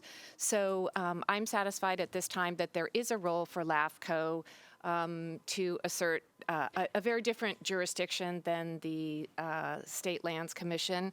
I'm also curious. I asked the representative from the port whether other California ports were subject to other LAFCO jurisdiction, and I was informed that no. So it's surprising to me that someone wouldn't know that when there are clearly are other ports. You will. You will. You cut me off too. So I just like to say that I would hope that we would have a partnership and that the port could use us as resources to. In other words, some of the things that our esteemed Commissioner Andy Vanderlaan had said, that we are here as a resource and we aren't the boogeyman in this situation, and we'd like to be here to help and have good governance over all of the governments. Thank you. Thank you, Commissioner Becker. Do we have any other commissioner comment? Commissioner Drake. Yes, at first I want to support the recommendation from the LAFCO staff, but I need to tell you briefly why I think so. I had a very pleasant conversation with Randa Caniglio just before the meeting, and she helped illuminate a mystery for me that I've never understood, and that is waking up one Monday morning and finding that the airport had been separated from the port district. Why did it happen? And her comment was that it was done by an act from Steve Peace. And what struck me was that Keene's list of 6 items, item 5 was detachments and mergers. And had we had responsibility at that time, we might have prevented that or had at least a more informed discussion about whether or not it needed to happen. In the meantime, what's happened is delay after delay after delay, and we're finally seeing the airport continue. But could that have been happening faster and cheaper had it been able to be done earlier? So that's just one of several concerns that I've got. Also, the farther any agency is away from the election of voters, the more likely you're going to go off the rails. That's true for us. It's true for anybody. And so I think the Port District has proven that in terms of time and time again, we see scandal and outrageous lawsuits that are just beyond belief. That's a governance quality issue, and I think we have a responsibility and duty to do what we can to improve it. So again, I'm supporting recommendation number 1. Thank you. Thank you, Commissioner Drake. So we have a motion from Commissioner Becker, and is that a second from Commissioner Drake? And we'll go to Commissioner McKenzie. I just have 2 technical questions, and one of them is to the councilperson from National City. I'm curious as to what input they had, the city had, the council had, in the development of the tidelands in their area. It seems like National City has all of the industrial, and up here, the city of San Diego has all of the pretty, so, I don't know whether they had any input or not in their, I don't know what input the various cities have in the development of those tidelands in their city. Is there anyone who could answer that? Unless the Marcus or even the port wants it, I think we're talking about a master plan that goes back many years ago, so probably predates Marcus's birth. Okay, all right, okay, that answers that question. Thank you. And then, what is the ethics on 2783? I'm not familiar with that one. I'm going to ask if Chris Kate would be kind enough to summarize as best he can that item. Good morning, Chris Cates, consultant for LAFCO. So, Senate Bill 2783, I'm probably going to ruin the points of the bill by Assemblymember Alvarez, but yeah. Someone say something? Sorry, I thought I heard an echo. The ghost of the county. So there's a few points. I'm sure there's others who can speak better to it, but it has some terms in regards to term limits applied to commissioners who serve on the board. It talks about an ethics ordinance as well too, as mentioned by one of the speakers. There are some specific allocations on revenue to a neighborhood within the city of San Diego as well too. And I think those are kind of the broad highlights, but maybe missing a couple of others as well. All right. Thank you. Let's go to Commissioner Desmond. Thank you, Chair. Appreciate it. These MSRs are not to find somebody's wrong or throw them under the bus or anything like that. It's how can we encourage and maybe make things better from a different perspective. So, I've got no personal dog in this fight. I don't think we're really going after the port. We want to help the port, in their dealings here throughout San Diego County. So this issue was previously raised by Commissioner McKenzie, so I'm glad staff set off and determined whether we can and whether we can't, it's under our authority or not. And I see there's been a lot of back and forth with letters, but there are several other ports and different types of harbors that do have LAFCO interaction throughout the state. So again, this is not a witch hunt. This is not we're after you and we want to, throw you behind bars or anything like that. This is a mutual, hopefully, understanding of how we can all work together better is for the MSR. So with that, I'm happy to support the motion in a second. Thank you, Commissioner Desmond. Commissioner White. Yeah, I just want to thank LAFCO staff for the very thorough report, and I too wanted to recognize the relationship with the other ports and harbors and LAFCOs, and especially the relationship with the Port and the State Lands Commission. So I too support the staff recommendation. Thank you. Commissioner Mathis.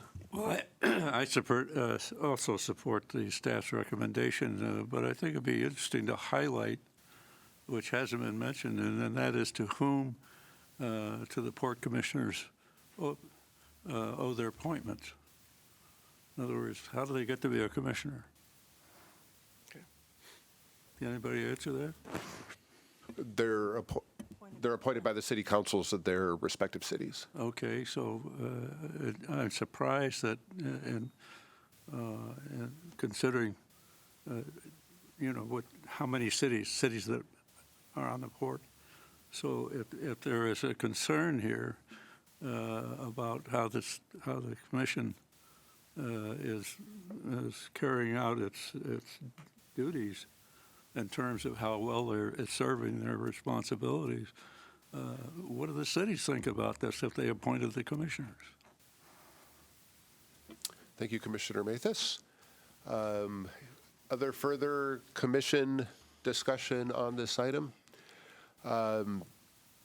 As I look at this question, let me just say I look at it with a great deal of respect for the port's leadership. On the governance side, I personally know and think very highly of the City of San Diego's appointees to the Board of Port Commissioners, Vice Chair Moore, Commissioner Zuchet, Commissioner Varakura.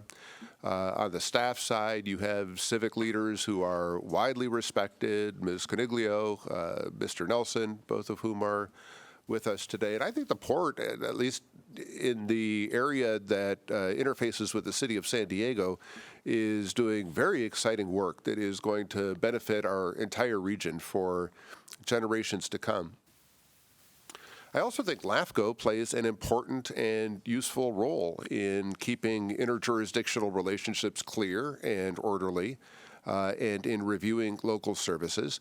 I'd like to think that LAFCO provides a real benefit. I certainly understand the preference to not be subjected to another layer of regulation or oversight. At the City of San Diego, I think we are regulated by pretty much every agency that's out there. We're regulated by LAFCO. We're regulated by the Air Pollution Control District Board, the Department of Housing and Community Development, the Coastal Commission. And so I think, we all experience hopefully the benefits, but also some of the challenges that come with regulation and oversight. One example of the benefit that LAFCO can provide is in the staff report on page 5 in footnote 5, and that is something that Mr. Simons referred to earlier, saying that no changes to the port's boundary have been filed since 2000, and the lack of boundary updates conflicts with the several annexations involving Chula Vista and National City and San Diego. Mr. Simons, what is the problem that is created by those conflicts? Thank you, Chair. So the first and foremost problem is the boundary is unclear. And then from that fundamental point of view, you then have an issue of making sure that those who are appointees on the port are in fact registered voters within the port. Not to suggest that's an issue now, but the further this goes out, the higher probability in which a problem will occur at that level. And so what would be LAFCO's role to help in that situation?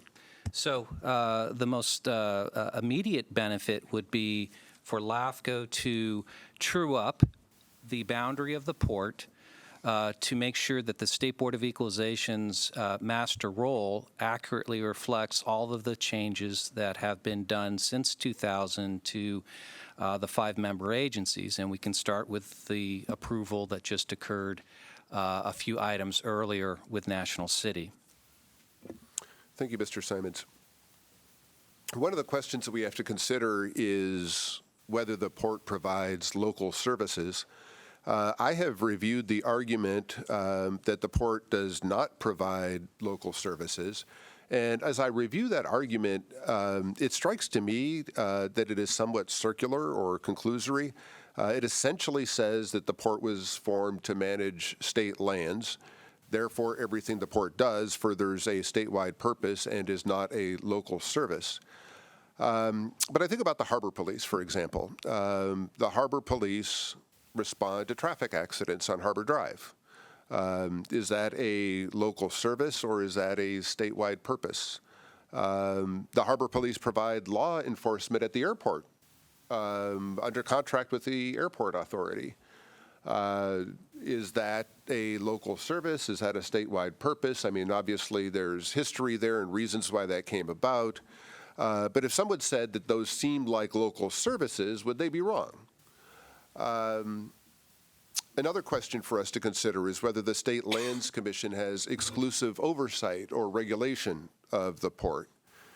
I think the Lands Commission has primary oversight, but it is not exclusive. The Coastal Commission also has oversight and regulatory authority.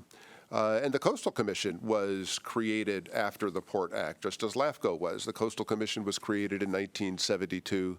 The Port Act was 1962. So some of the same arguments that are used to suggest that the port should not be subject to LAFCO, such as the language of the Port Act or the idea that the Port Act came first, could also be used to suggest that the port should not be subject to the Coastal Commission, but clearly it is.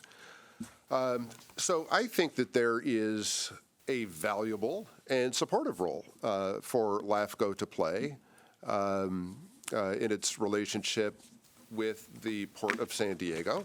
I think we all want to see the Port of San Diego continue its decades of great service to our area, and I would like to believe that LAFCO can provide a supporting role in seeing that continue. So I too will be supportive of the motion that is in front of us. We have a motion by Commissioner Becker and a second by Commissioner Drake to adopt the staff recommendation.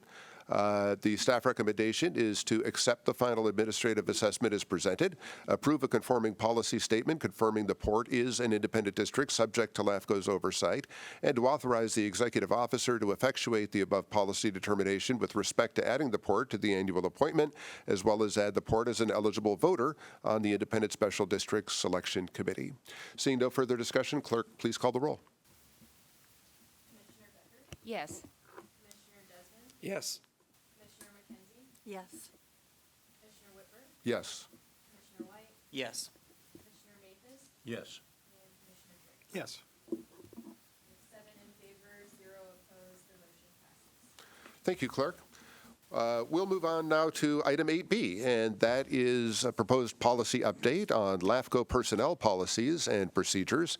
And is Priscilla Mumpower?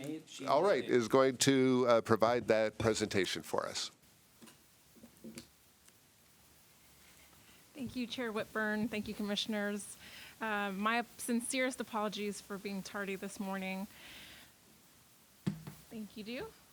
So, Assistant Executive Officer Priscilla Mumpower on behalf of staff. So today before the Commission and as part of the adopted work plan is a proposed policy update to your LAFCO personnel policies and procedures, which is otherwise known as Rule 6. This item has been continued from the December 4th, 2023 meeting and returns to the Commission substantively intact with a few exceptions, which I will review momentarily. So you will recall from staff's presentation in December that this is the first comprehensive update to the current personnel policies and done so in collaboration with our HR consultant and partner, RGS. The current policies have been incrementally developed over the last 60 years, but largely before LAFCO became a standalone agency. So this means that a lot of the policies mirrored what the County of San Diego had adopted.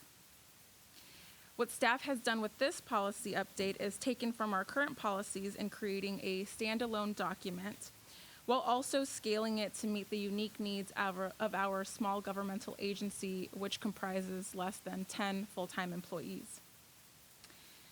Now again, returning to you this document, largely intact from the draft presentation in December, with revisions largely tied to addressing Commission comments involving telework and related liability issues, as well as clarifying an item within the dress code. There are also a few revisions to correct grammatical errors throughout the document, so you'll see that as well. Now, more specifically, staff has included language that, one, clarifies a line item within, that differentiates, business casual attire versus casual Friday attire. Two, limits the use of personal equipment when performing commission business.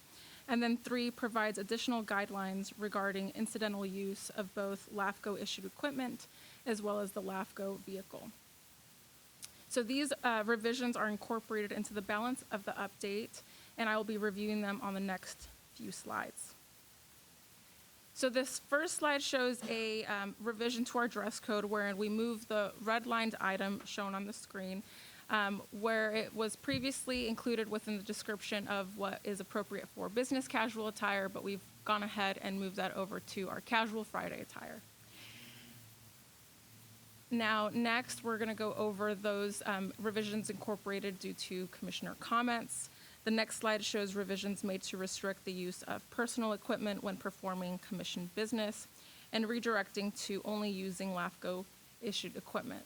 So you'll see there on section 2.4, electronic communication, where we've just simply included a line stating that employees should only perform work on LAFCO-issued devices and not using personal devices, and that it would also apply to telecommuting privileges. And then in the telecommuting section, where we also go over electronic communication, we've removed an item where it states that using personal equipment for work, the employee would be responsible for the maintenance and repair of that equipment. And again, we've just clarified that they should be using commission-issued equipment. Now, on the next two slides, we cover incidental use. The first is including a line within the commission devices and ensuring that personnel understands that if they are to use incidentally use electronic resources, it should not affect their performance of official duties or the organization's work performance. It should not be disruptive to their colleagues or peers, and that if they were to use our electronic resources for incidental use, it should be of limited duration and frequency and not during work time. The same has been included in section 2.6 and the description of use of LAFCO vehicles, again ensuring that the employees understand that incidental personal use of the LAFCO-owned vehicle must not adversely impact the performance of official duties and should be limited in duration. And again, the idea there is just simply if we're going to a meeting and we're stopping for coffee, that's an incidental use, but that should be limited in duration, limited in frequency, and used for commission business only. So those are the bulk of the items. If you have any questions, I'd be happy to go over them. The remaining, or your agenda report includes the red line version. And with that, I'm going to go ahead and conclude my presentation. Thank you. Thank you very much for the presentation. Clerk, do we have any online public comment on this item? All right, let's turn to commission discussion, if there is any on this item. Move to approve. All right, we have a motion from Commissioner Desmond. We have a second from Commissioner Becker and Commissioner McKenzie. Thank you. I have some real heartburn, and I've discussed it with our CEO, and I'm sure he's discussed it with staff, is that their desire to be able to use their personal, to be able to use the LAFCO computer and other equipment on an incidental basis. I don't know what incidental means, and if telecommuting is told that they cannot use their personal devices, why are we allowing incidental uses? And I'll go back to my reasoning here, is that our district, this irrigation district, has had 2 different companies come in over the last several years and give us a direction and how to and what not to do regarding personal devices being able to access our servers. We don't know what those personal devices have, and we don't know where and how the, our staff are going to be using our computers. And everybody has, I think they have a phone. So going online to, I don't know, buy a pair of shoes from Amazon, they have their own device. My concern is my concern is having someone going on and clicking on a link, and they don't know where that link is going. And I don't know, what I had asked at the last meeting was I would, let's be provided with, what does the county, as I understand it, this is the county server. And if the county is good with, you going on and doing your personal business on, on company time and on company equipment, then I'll sit back and, okay. But then my other question was on use of vehicles, and I understand, hey, you're going up to Temecula, you swing by, you get you stop at Starbucks, that's fine. But we still don't have any real definition of what incidental is. And again, what is the San Diego County's staff report, or actually, what are they looking at? Do they even address incidental use? And are they insured if they swing by and pick up a gallon of milk at the grocery store that's just, a left and a right, and they're in and out in 10 minutes? I don't know, and I think that's important to know what the status is that the county requires. That's all. Thank you, Commissioner McKenzie. Is there any further commissioner discussion on this item? If not, we have a motion from Commissioner Desmond, a second from Commissioner Becker to approve the proposed update to LAFCO's personnel policies. Clerk, please call the roll. Commissioner Becker? Yes. Commissioner Desmond? Yes. Commissioner McKenzie? No. Commissioner Whitburn? Yes. Commissioner White? Yes. Commissioner Mathis? Yes. And Commissioner Drake? Yes. We have 6 in favor, 1 opposed. The motion passes. Thank you, Clerk. Item 8C is the appointment of a regular public member, and Mr. Simons is going to provide this presentation. And I will be brief. So we have noticed this item consistent with the commission feedback yesterday for you to do one of two things: either proceed with an appointment of your alternate to complete the remaining term of the regular public member seat, which goes through the end of April 2025. And as an alternative, you certainly could also provide direction to staff on other options as you see fit. Keep in mind, under statute, anytime you make a appointment to a public member seat, you need to have an affirmative vote from at least one member per each of your categories, appointing categories. So special districts, county, the 17 cities less San Diego, and then the city of San Diego. So with that, I will turn this back to the chair. All right. Clerk, do we have any online public comment on this item? No online public comment. Okay. With that, let's turn it to commissioner discussion, and we'll go to Commissioner McKenzie and then Commissioner Desmond. I'll move to appoint Harry Mathis as the regular public member. Second. All right. It was a second by Mr. Okay, I heard a voice and I wasn't sure where I heard it. Okay. All right, we have a motion and a second. Further discussion on the item? All right, if there's no further discussion, we have a motion from Commissioner McKenzie, a second from Commissioner Drake to appoint Harry Mathis as the regular public member to an existing 4-year term commencing immediately and terming on May 4th, 2025. Clerk, please call the roll. Commissioner Becker? Yes. Commissioner Desmond? Yes. Commissioner McKenzie? Yes. Commissioner Whitburn? Yes. Commissioner White? Yes. Commissioner Mathis? Yes. Commissioner Drake? Heck yes. 7 in favor, 0 opposed. The motion passes. All right. Congratulations, Commissioner Mathis, and thank you for your continued service. Can I make a comment? Yes, you may.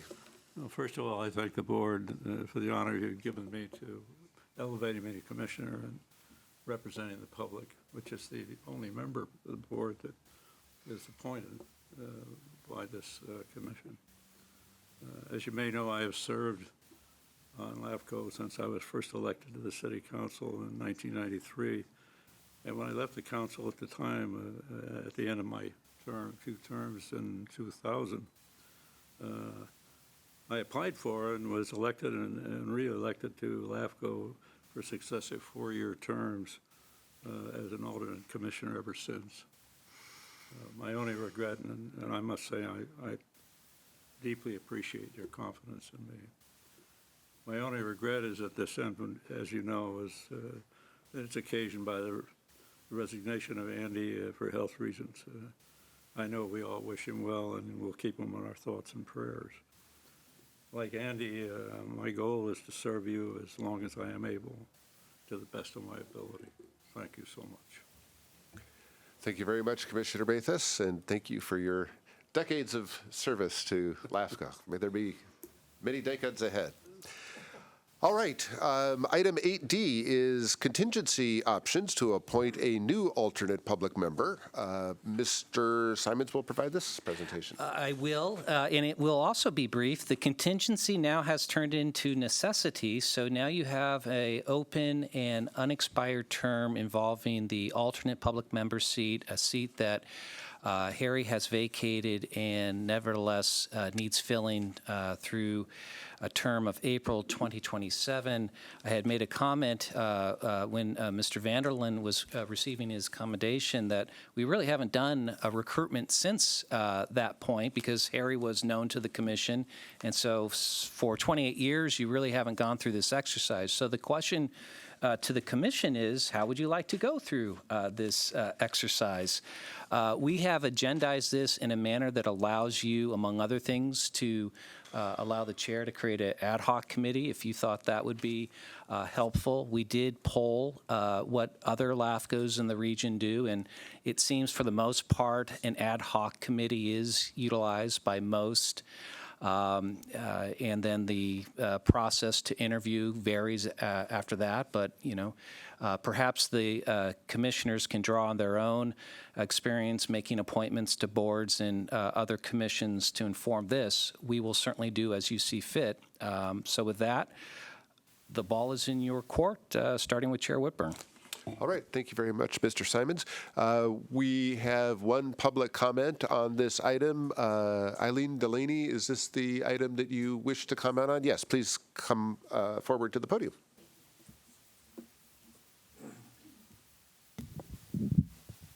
So good morning, Chair. Good morning, Commissioners. I am Eileen Delaney, and congratulations, new Commissioner. And with your promotion here, I'm here and I would like to be considered for the alternate public member. I'd like to give you a little background.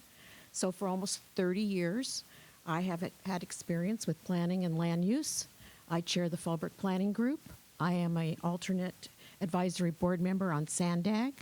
And I also chair the County of San Diego Citizens Law Enforcement Review Board. And we meet in this same room here. So I'm kind of in a different perspective right now. And anyway, through the years, I've sat on numerous committees and boards at the county and local level, reviewing, drafting ordinances, updating ordinances, regulations, community plans, both, as they said, both local and at the county level. And thank you for your time, and I hope you will consider me. Thank you. Thank you, Ms. Delaney. All right, we'll go to commissioner discussion, and we'll begin with Commissioner Desmond. Saw my blue light first here, huh? I think Eileen Delaney would be a great choice. But anyway, we don't have a system yet, so I really think we have to come up with some sort of a system. I think an ad hoc committee is probably the best way to go through that, and I'd like to recommend the chair and vice chair be that ad hoc committee, just to figure out how we go about doing this. Whether I think we should set up like it should be a 60 or 30 or whatever 90-day period, and we could get applications, and maybe they're weeded through, and then it just kind of filters down to the board the last 4 or 5. One thing I will say is, and I'm really happy Harry is on the commission. a seated member here. And Harry's a city slicker. Harry lives in the city of San Diego, and no offense against that. But since this is an at-large position, I'd like to see somebody from the unincorporated area potentially be the other person to kind of balance out the at-large seats that would just come from a different perspective. So that'd be about the only input I'd have at this point in time that have potentially, I pick the best person, but I would like to see somebody from the unincorporated area. Thank you. Thank you, Commissioner Desmond. Commissioner Becker? I guess I'd just like to reiterate your comment that I really would like to see us pick the best person who's most qualified for this position as opposed to going by an area. I think we're pretty much balanced on this commission as it is. Thanks. Thank you, Commissioner Becker. Any further discussion? Commissioner McKenzie. Just real quick, is it the ad hoc is going to determine how this is going to be noticed, or is that going to be staff? Or, my comment is, yes, I agree we need to pick the best person, but how are we going to get that word out? I've had a couple people come to me with, saying if once the Harry's position comes available, they would be interested. But I don't know how often they go on our website. So, what other kind of communications is planned by staff? I will ask staff if there is a mechanism to make public the opening that we have for an alternate member. Sure. I think one of the things that's in the staff report talks about how they would handle the notice and solicitation. It wouldn't just be, as I understand it from staff, posting on the LAFCO page. As a staff report talks about, there would be some voluntary notice they would engage in to provide notice to local community groups, business-related organizations, Chamber of Commerce, probably very likely, although I don't want to overstep it, but use the contacts and membership of the Special Districts Committee and the City Committee to, get the word out, to cast a wide net to get a large number of applications so you could select the best candidate. Thank you. All right. There's been a suggestion that we form an ad hoc committee. That seems reasonable to me. A suggestion that it include the chair and the vice chair. The vice chair isn't here to accept or decline, but we'll go ahead and wrap the vice chair into this. I would like to make the ad hoc committee open to anybody else on the commission who would be interested in participating in that, as long as we don't go over a quorum. So if anybody else is interested in participating in that ad hoc committee, you can say so now or reach out later. And it sounds like Commissioner White is interested in being a part of that. So at the moment, it'll be the three, and if there are others who are interested in participating, please reach out to me, and we'll get a meeting scheduled. Could I ask then that ad hoc committee comes back to us in whatever period of time that kind of tells us, okay, here's what we've done, and here's the process and I guess what we can expect going forward. So let us know what process you've accepted or you've decided upon, and just to keep us in the loop. We will report back at the next commission meeting with a status update. Okay. That sounds and I don't reasonable. know if do we need those to be at the meeting, or can we do it through the chair or through the executive committee? I don't care as long as we're kept up to date. I didn't understand that last question. Well, I guess do we need your reports back at an open meeting or just as memos to all of us? Either way, I'm fine with it. One way or the other, we'll keep you updated. Whatever you guys come up with. Okay. Okay. I think it's best. Sounds good. Does that sound reasonable to everybody? Okay, so the motion then is to create an ad hoc committee consisting of the chair, the vice chair, Commissioner White, and if there is anybody else who wants to be a part of that, to come forward in the future, and we will provide an update to the commission at the next meeting and or in some other format to keep the commission members in the loop as to what the ad hoc committee is doing about recruiting another member. I would just jump in here and say the better practice here is to definitively identify the ad hoc committee membership now and not leave it open for others to be added after this public meeting. Okay. It should be solidified now. Okay.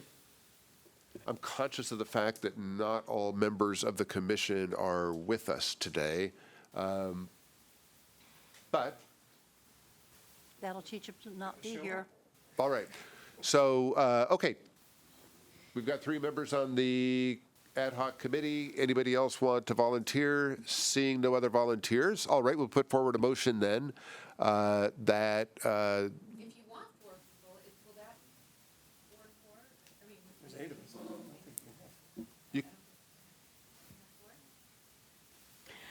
It's better just to have 3. Okay, so we've got 3 members on the committee, the chair, the vice chair, and Commissioner White. So the motion then is to appoint an ad hoc committee consisting of the 3 of us. Seeing no further discussion on the motion. Second? Okay, yeah, thank you. We've got a motion. I'll make the motion. We've got a second by Commissioner Drake. Clerk, please call the roll. Commissioner Becker, yes. Commissioner Desmond, Yes. Commissioner McKenzie, Yes. Commissioner Whitburn, Yes. Commissioner White, Yes. Commissioner Mathis, Yes. and Commissioner Drake. Yes. We have 7 in favor, 0 opposed. The motion passes. Thank you, Clerk. All right, item 8E is a grant work update regarding the Sustainable Agricultural Lands Conservation Planning Grant 2.0. This is an information item, and Michaela Peters will provide the presentation. All right. Good morning, Chair Whitburn and Commissioners. Michaela Peters, Analyst 1 for the record. Before the Commission is a report and update on its first-year activities as awardee and grant manager of the Sustainable Agricultural Lands Conservation Grant, also referred to by staff as SALC 2.0. This check-in serves as an opportunity for the Commission to ask questions and provide feedback on ongoing first-year activities. As you may recall, in September 2022, LAFCO, as lead applicant and San Diego County Planning and Development Services, collaborated in submitting a planning grant application under SALC for the purpose of performing a market and gap analysis to help inform small farming operations in San Diego County. We were subsequently awarded a 2-year grant in the full amount of $450,000 in December of 2022, with work commencing in June of 2023.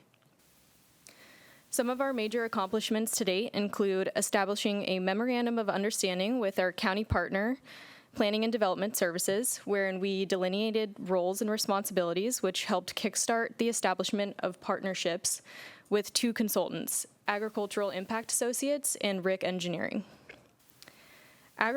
Agricultural Impact Associates is assisting in the completion of tasks 2 and 3, specifically involving market data collection and aggregation, a gap analysis of marginal and sustainable farm operations in San Diego County, and a preparation of a written report with findings. RIC Engineering is assisting in the completion of tasks 4 through 6, specifically involving conducting constituent outreach and education, meeting facilitation, and report review. We've also started work on 5 of the 6 tasks, as shown up on the screen. The second task, market analysis, has been the focal point of most of the work to date and headlined by Ag Impact Associates developing criteria that ultimately resulted in the selection of 4 focal crops for the market analysis. These 4 crops include avocados, lemons, strawberries, and tomatoes, and criteria for the selection of these crops focused on the economic, environmental, and social sustainability, prioritizing casting a wide net across the county. As of late, we began focusing more on the 4th task, outreach and education, and this includes retaining RIC Engineering as a consultant and gearing up to hold a series of producer and stakeholder meetings as we concurrently invite them to participate and provide data to aid our market analysis. With respect to the 6th and final task, we remain on schedule to produce a draft report in the spring of 2025. Further details on the grant are within the agenda report with an attachment detailing the work plan and schedule. And with that, I will end my presentation and hand it off to the executive officer for some comments. Just very quickly, thank you, Michaela. Well, so two things. So one of the reasons we're focusing in on those 4 crops that Michaela noted, strawberry, lemons, avocados, what's the fourth? Tomatoes, is because in the outreach, that seemed to be the most interest among the small farmers, so, i.e. those who are looking to get into the business of become farmers, and that's part of the grant, to not only get a better idea of what the cost or the return on investment is for existing small farmers, but to help encourage and inform activities for new small farmers to come aboard. And then last but not least, Priscilla was originally the project manager for this and is still doing a lot of the work, but Priscilla chose to have time with her young baby, and when she walked out, Michaela was nice enough to raise her hand and take on this project, and so we are very appreciative of Michaela learning on the go. So this is just an update. I'm sure we'll give you another update in a few months, but thank you so much. All right, thank you very much for the presentation. And now putting on your clerk hat, do we have any public comment on this item? We do. We have someone online. Craig Coolidge. He does.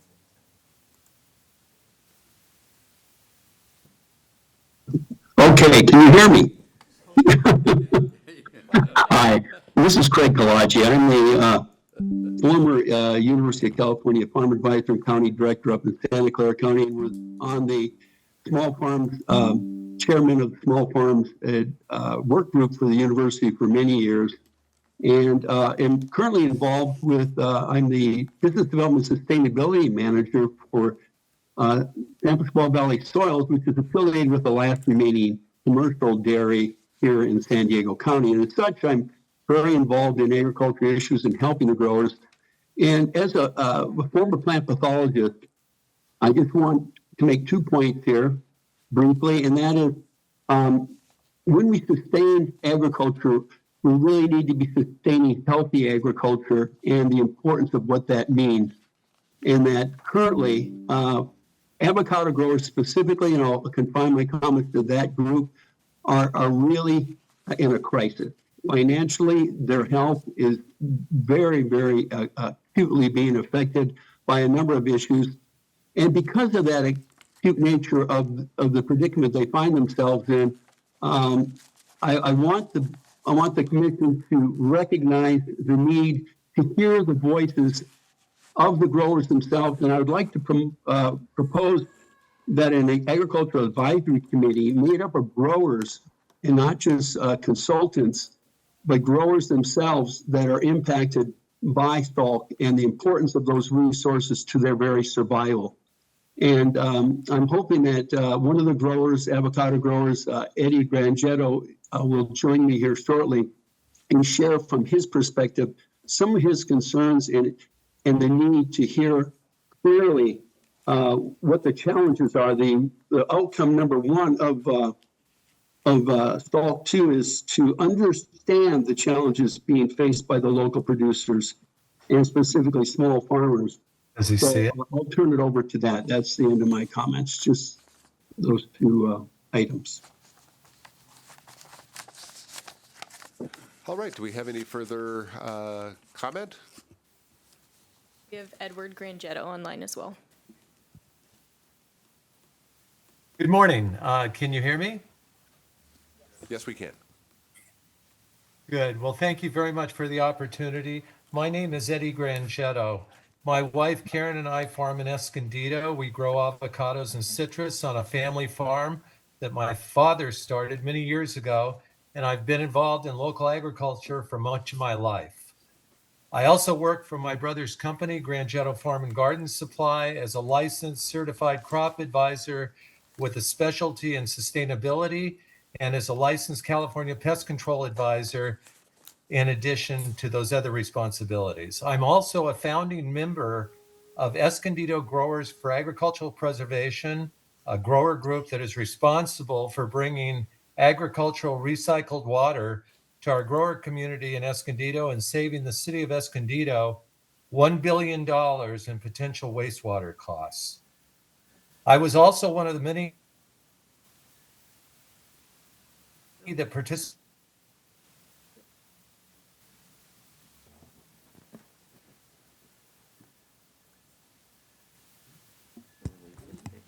Eddie, are you still there? We may have lost you for a second. An excellent report. My experience with the process was very positive in helping us qualify for a Healthy Soils grant that will allow us to reduce our synthetic fertilizer inputs. Again, they are an example of an agency that provides real value to local agriculture. Escondido's recycling water program is a textbook example of how a farming community can work with a city and help retain a resource that is so critical to all parties. Some of the things that the Escondido Growers for Agricultural Preservation have accomplished is being written into the Escondido Comprehensive Economic Development Strategy for 2012, 2018, and 2023. Also, we paved the way for Escondido's Ag Tech Center, an incubator that will provide space and resilience for local agricultural startups. I think it's very important that 1 in 4 people have food security issues in our area. Along with that, the avocado acreage, which we're part of, has gone from 26,000 acres in 2007 to less than 14,458 acres currently. The values of avocado crops shrank by 46% in 2021. Escondido's average acreage has dropped to about 2,500 acres when it had a high of about 5,000 several years ago. Our local avocado industry is in crisis. What can be done immediately?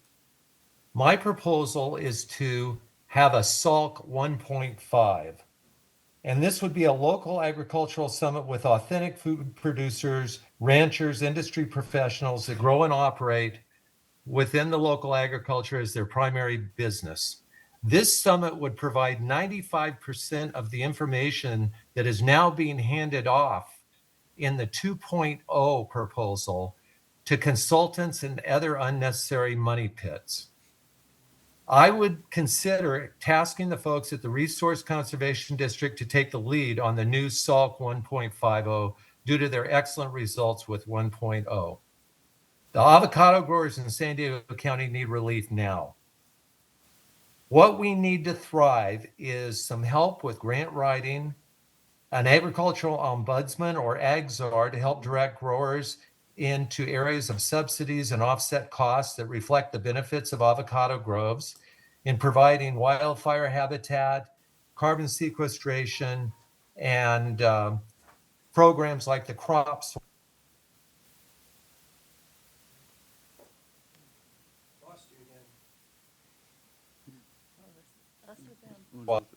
Instead, modify the program to SALC 1.50, direct the leftover grant money to local growers to help them hang on. Local growers know the problems and how to solve them.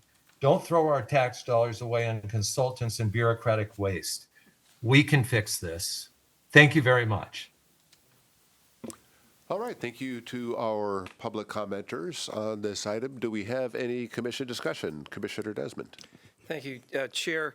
I have talked to, overall, I'm excited about this update and the effort. However, as we just heard, and I've heard from many of my constituents, the ag community is really hurting right now. And I have heard from many growers who are concerned that this is turning out to be more of a technical exercise as opposed to something really grounded in reality and ultimately helpful to the farmers who are actually working the land. One of their concerns are imports and how that's having an effect on our local food growers and other things. So I do agree with Mr. Grangetto's input, the fact that as we move forward with these grants, and I'm not sure what all strings are attached to these grant dollars, but to having, input absolutely from local growers and local associations and from those people, I'm not sure how many consultants we really have or what their backgrounds are, but if we're not talking to our local farmers, then I think it's kind of a futile effort. So I'd like to see more of that if we can to make sure that our local growers that have that experience are getting their comments and their influence heard. Thank you, Commissioner Desmond. Any further commissioner comment? Commissioner White. Ditto. Thank you, Commissioner White. Anything else? I don't mean to interrupt, but I have 2 comments online as well, written comments. How do we usually handle written comments online? So I think we do our best to summarize them. If we can get the comments all within 3 minutes, then Michaela, go for it. If it's longer than that, we will do our best to summarize the message. Okay. I'll try to get this one in 3 minutes. Should be less than that. Okay, so this is coming from, it just says Rick Carey. And it says, I am writing to recommend defunding or dramatically scaling back and reorganizing SALC 2.0. I'm a 30-year avocado grower in North County. I have participated in 2 outreach meetings. My conclusion and that of other growers is the current construct is a waste of time and taxpayer funds. The primary beneficiaries are the consultants. There were more consultants and staff at the meetings I attended than growers. I'd be curious to know how many avocado growers have contributed. There are more than 700 in the county. Much of the data cited in 1.0 is quite old. If you want to know what we need, listen to the growers, the Farm Bureau, and the CAC, the California Avocado Commission. We need much lower water costs and check on unfettered imports, particularly from Mexico. And there's a lot of data within this email as well that I can send out after. And then we just have one more comment from Norman Kachuk, and he is just seconding that concern from Rick. All right, thank you very much. Let's go to Commissioner White. I'm just curious, is there a way to find out how much money is going to consultants rather than growers and others? Absolutely. Michaela or Priscilla, can you, of the 500,000 or 450,000, I would assume most of it, since it is a market analysis and gap analysis, right, and that's a rather technical field, I would assume most of it is going to consultants. So of the $450,000 that we were awarded, I believe 210 of that is going to consultants. Okay. Commissioner McKenzie? Yeah, just a quick question. How are these meetings being advertised and proposed to the various farmers, the various types of farmers? So there is a lot of outreach with our partner Planning and Development Services at the county, who's also working with Rick Engineering, and they've been attending multiple different producer and stakeholder meetings. They went to the California Avocado Growers Commission meeting. They went to a few Farm Bureau meetings. It's also on their website on the county website, and then we're also working on our own website right now. Or webpage, rather. Okay, Commissioner Desmond. Okay, thank you, Chair. You saw me. I'm about to jump. Okay, so from this discussion, Keen, and what SALC 2.0 is, and it's, I guess, it's really to gather data and information. It's not really money for farmers or directly to farmers at all. But hearing their comments, and I don't know what SALC 1.5 would even look like that they mentioned, but it seems a scaling down. We just, so from this discussion, I'm almost thinking of asking you to come back next month or with another update as to how we're engaging and how the local farmers and what all their input. And if there's a way we can, you know, a lot of this money has strings attached, but if there's ways we can make sure that their voices are being heard and, you know, offer them some hope or something through this effort as opposed to, you know, more doom and gloom. Is that, how soon could you come back with any recommendations or what you've heard from farmers and I guess through this process? Through the chair, staff would be happy to take direction to come back at our next meeting, which is May, with an outline of the community outreach to date and opportunities going forward. And then also, you know, there are current grant opportunities that have been posted, applications posted, where we may not be able to redirect funds the state has given us on our scope of work, but we might be able to help with the envision of a 1.5. So let us come back at the next meeting and vet these comments out a little better for the commission. And can you have, during that time, meet with the farming community at a little, I guess, a little closer level, or and get at least the people that called in engaged? And agriculture is like a $2 billion industry in this county, and we got to make sure we help it and help to keep it viable here, and anything we can do would be helpful. So thank you. Understood. All right. Any further commission comment?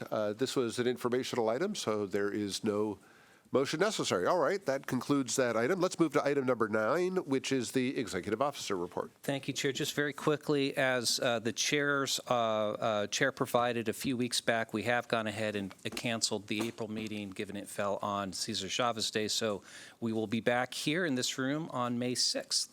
That's all. Thank you. Are there any commissioner announcements or requests for future items? I just have a quick question. I noticed that my term expires on May 5th. Is that before or after the meeting? Well, it's somewhat academic at this point, and I apologize. So Commissioner McKenzie has been nominated by her peers to a new 4-year term, and we did not receive any other nominations by the check of mail on Friday. So I should have done this earlier. Commissioner McKenzie, your term is extended for another 4 years, so congratulations. I'm just trying to decide whether I could skip that meeting or not. Thank you. But to that, I will be here, but I will have to leave at 11:30 because I have a plane to catch to Sacramento at 2. All right. We'll see if we can't make that happen. All right. Doing a good job today. Yeah. All right, if there's no further commission or comment and no further business, we have no closed session items today. That brings us to the end of our agenda. This meeting is adjourned. Dave, if you've got a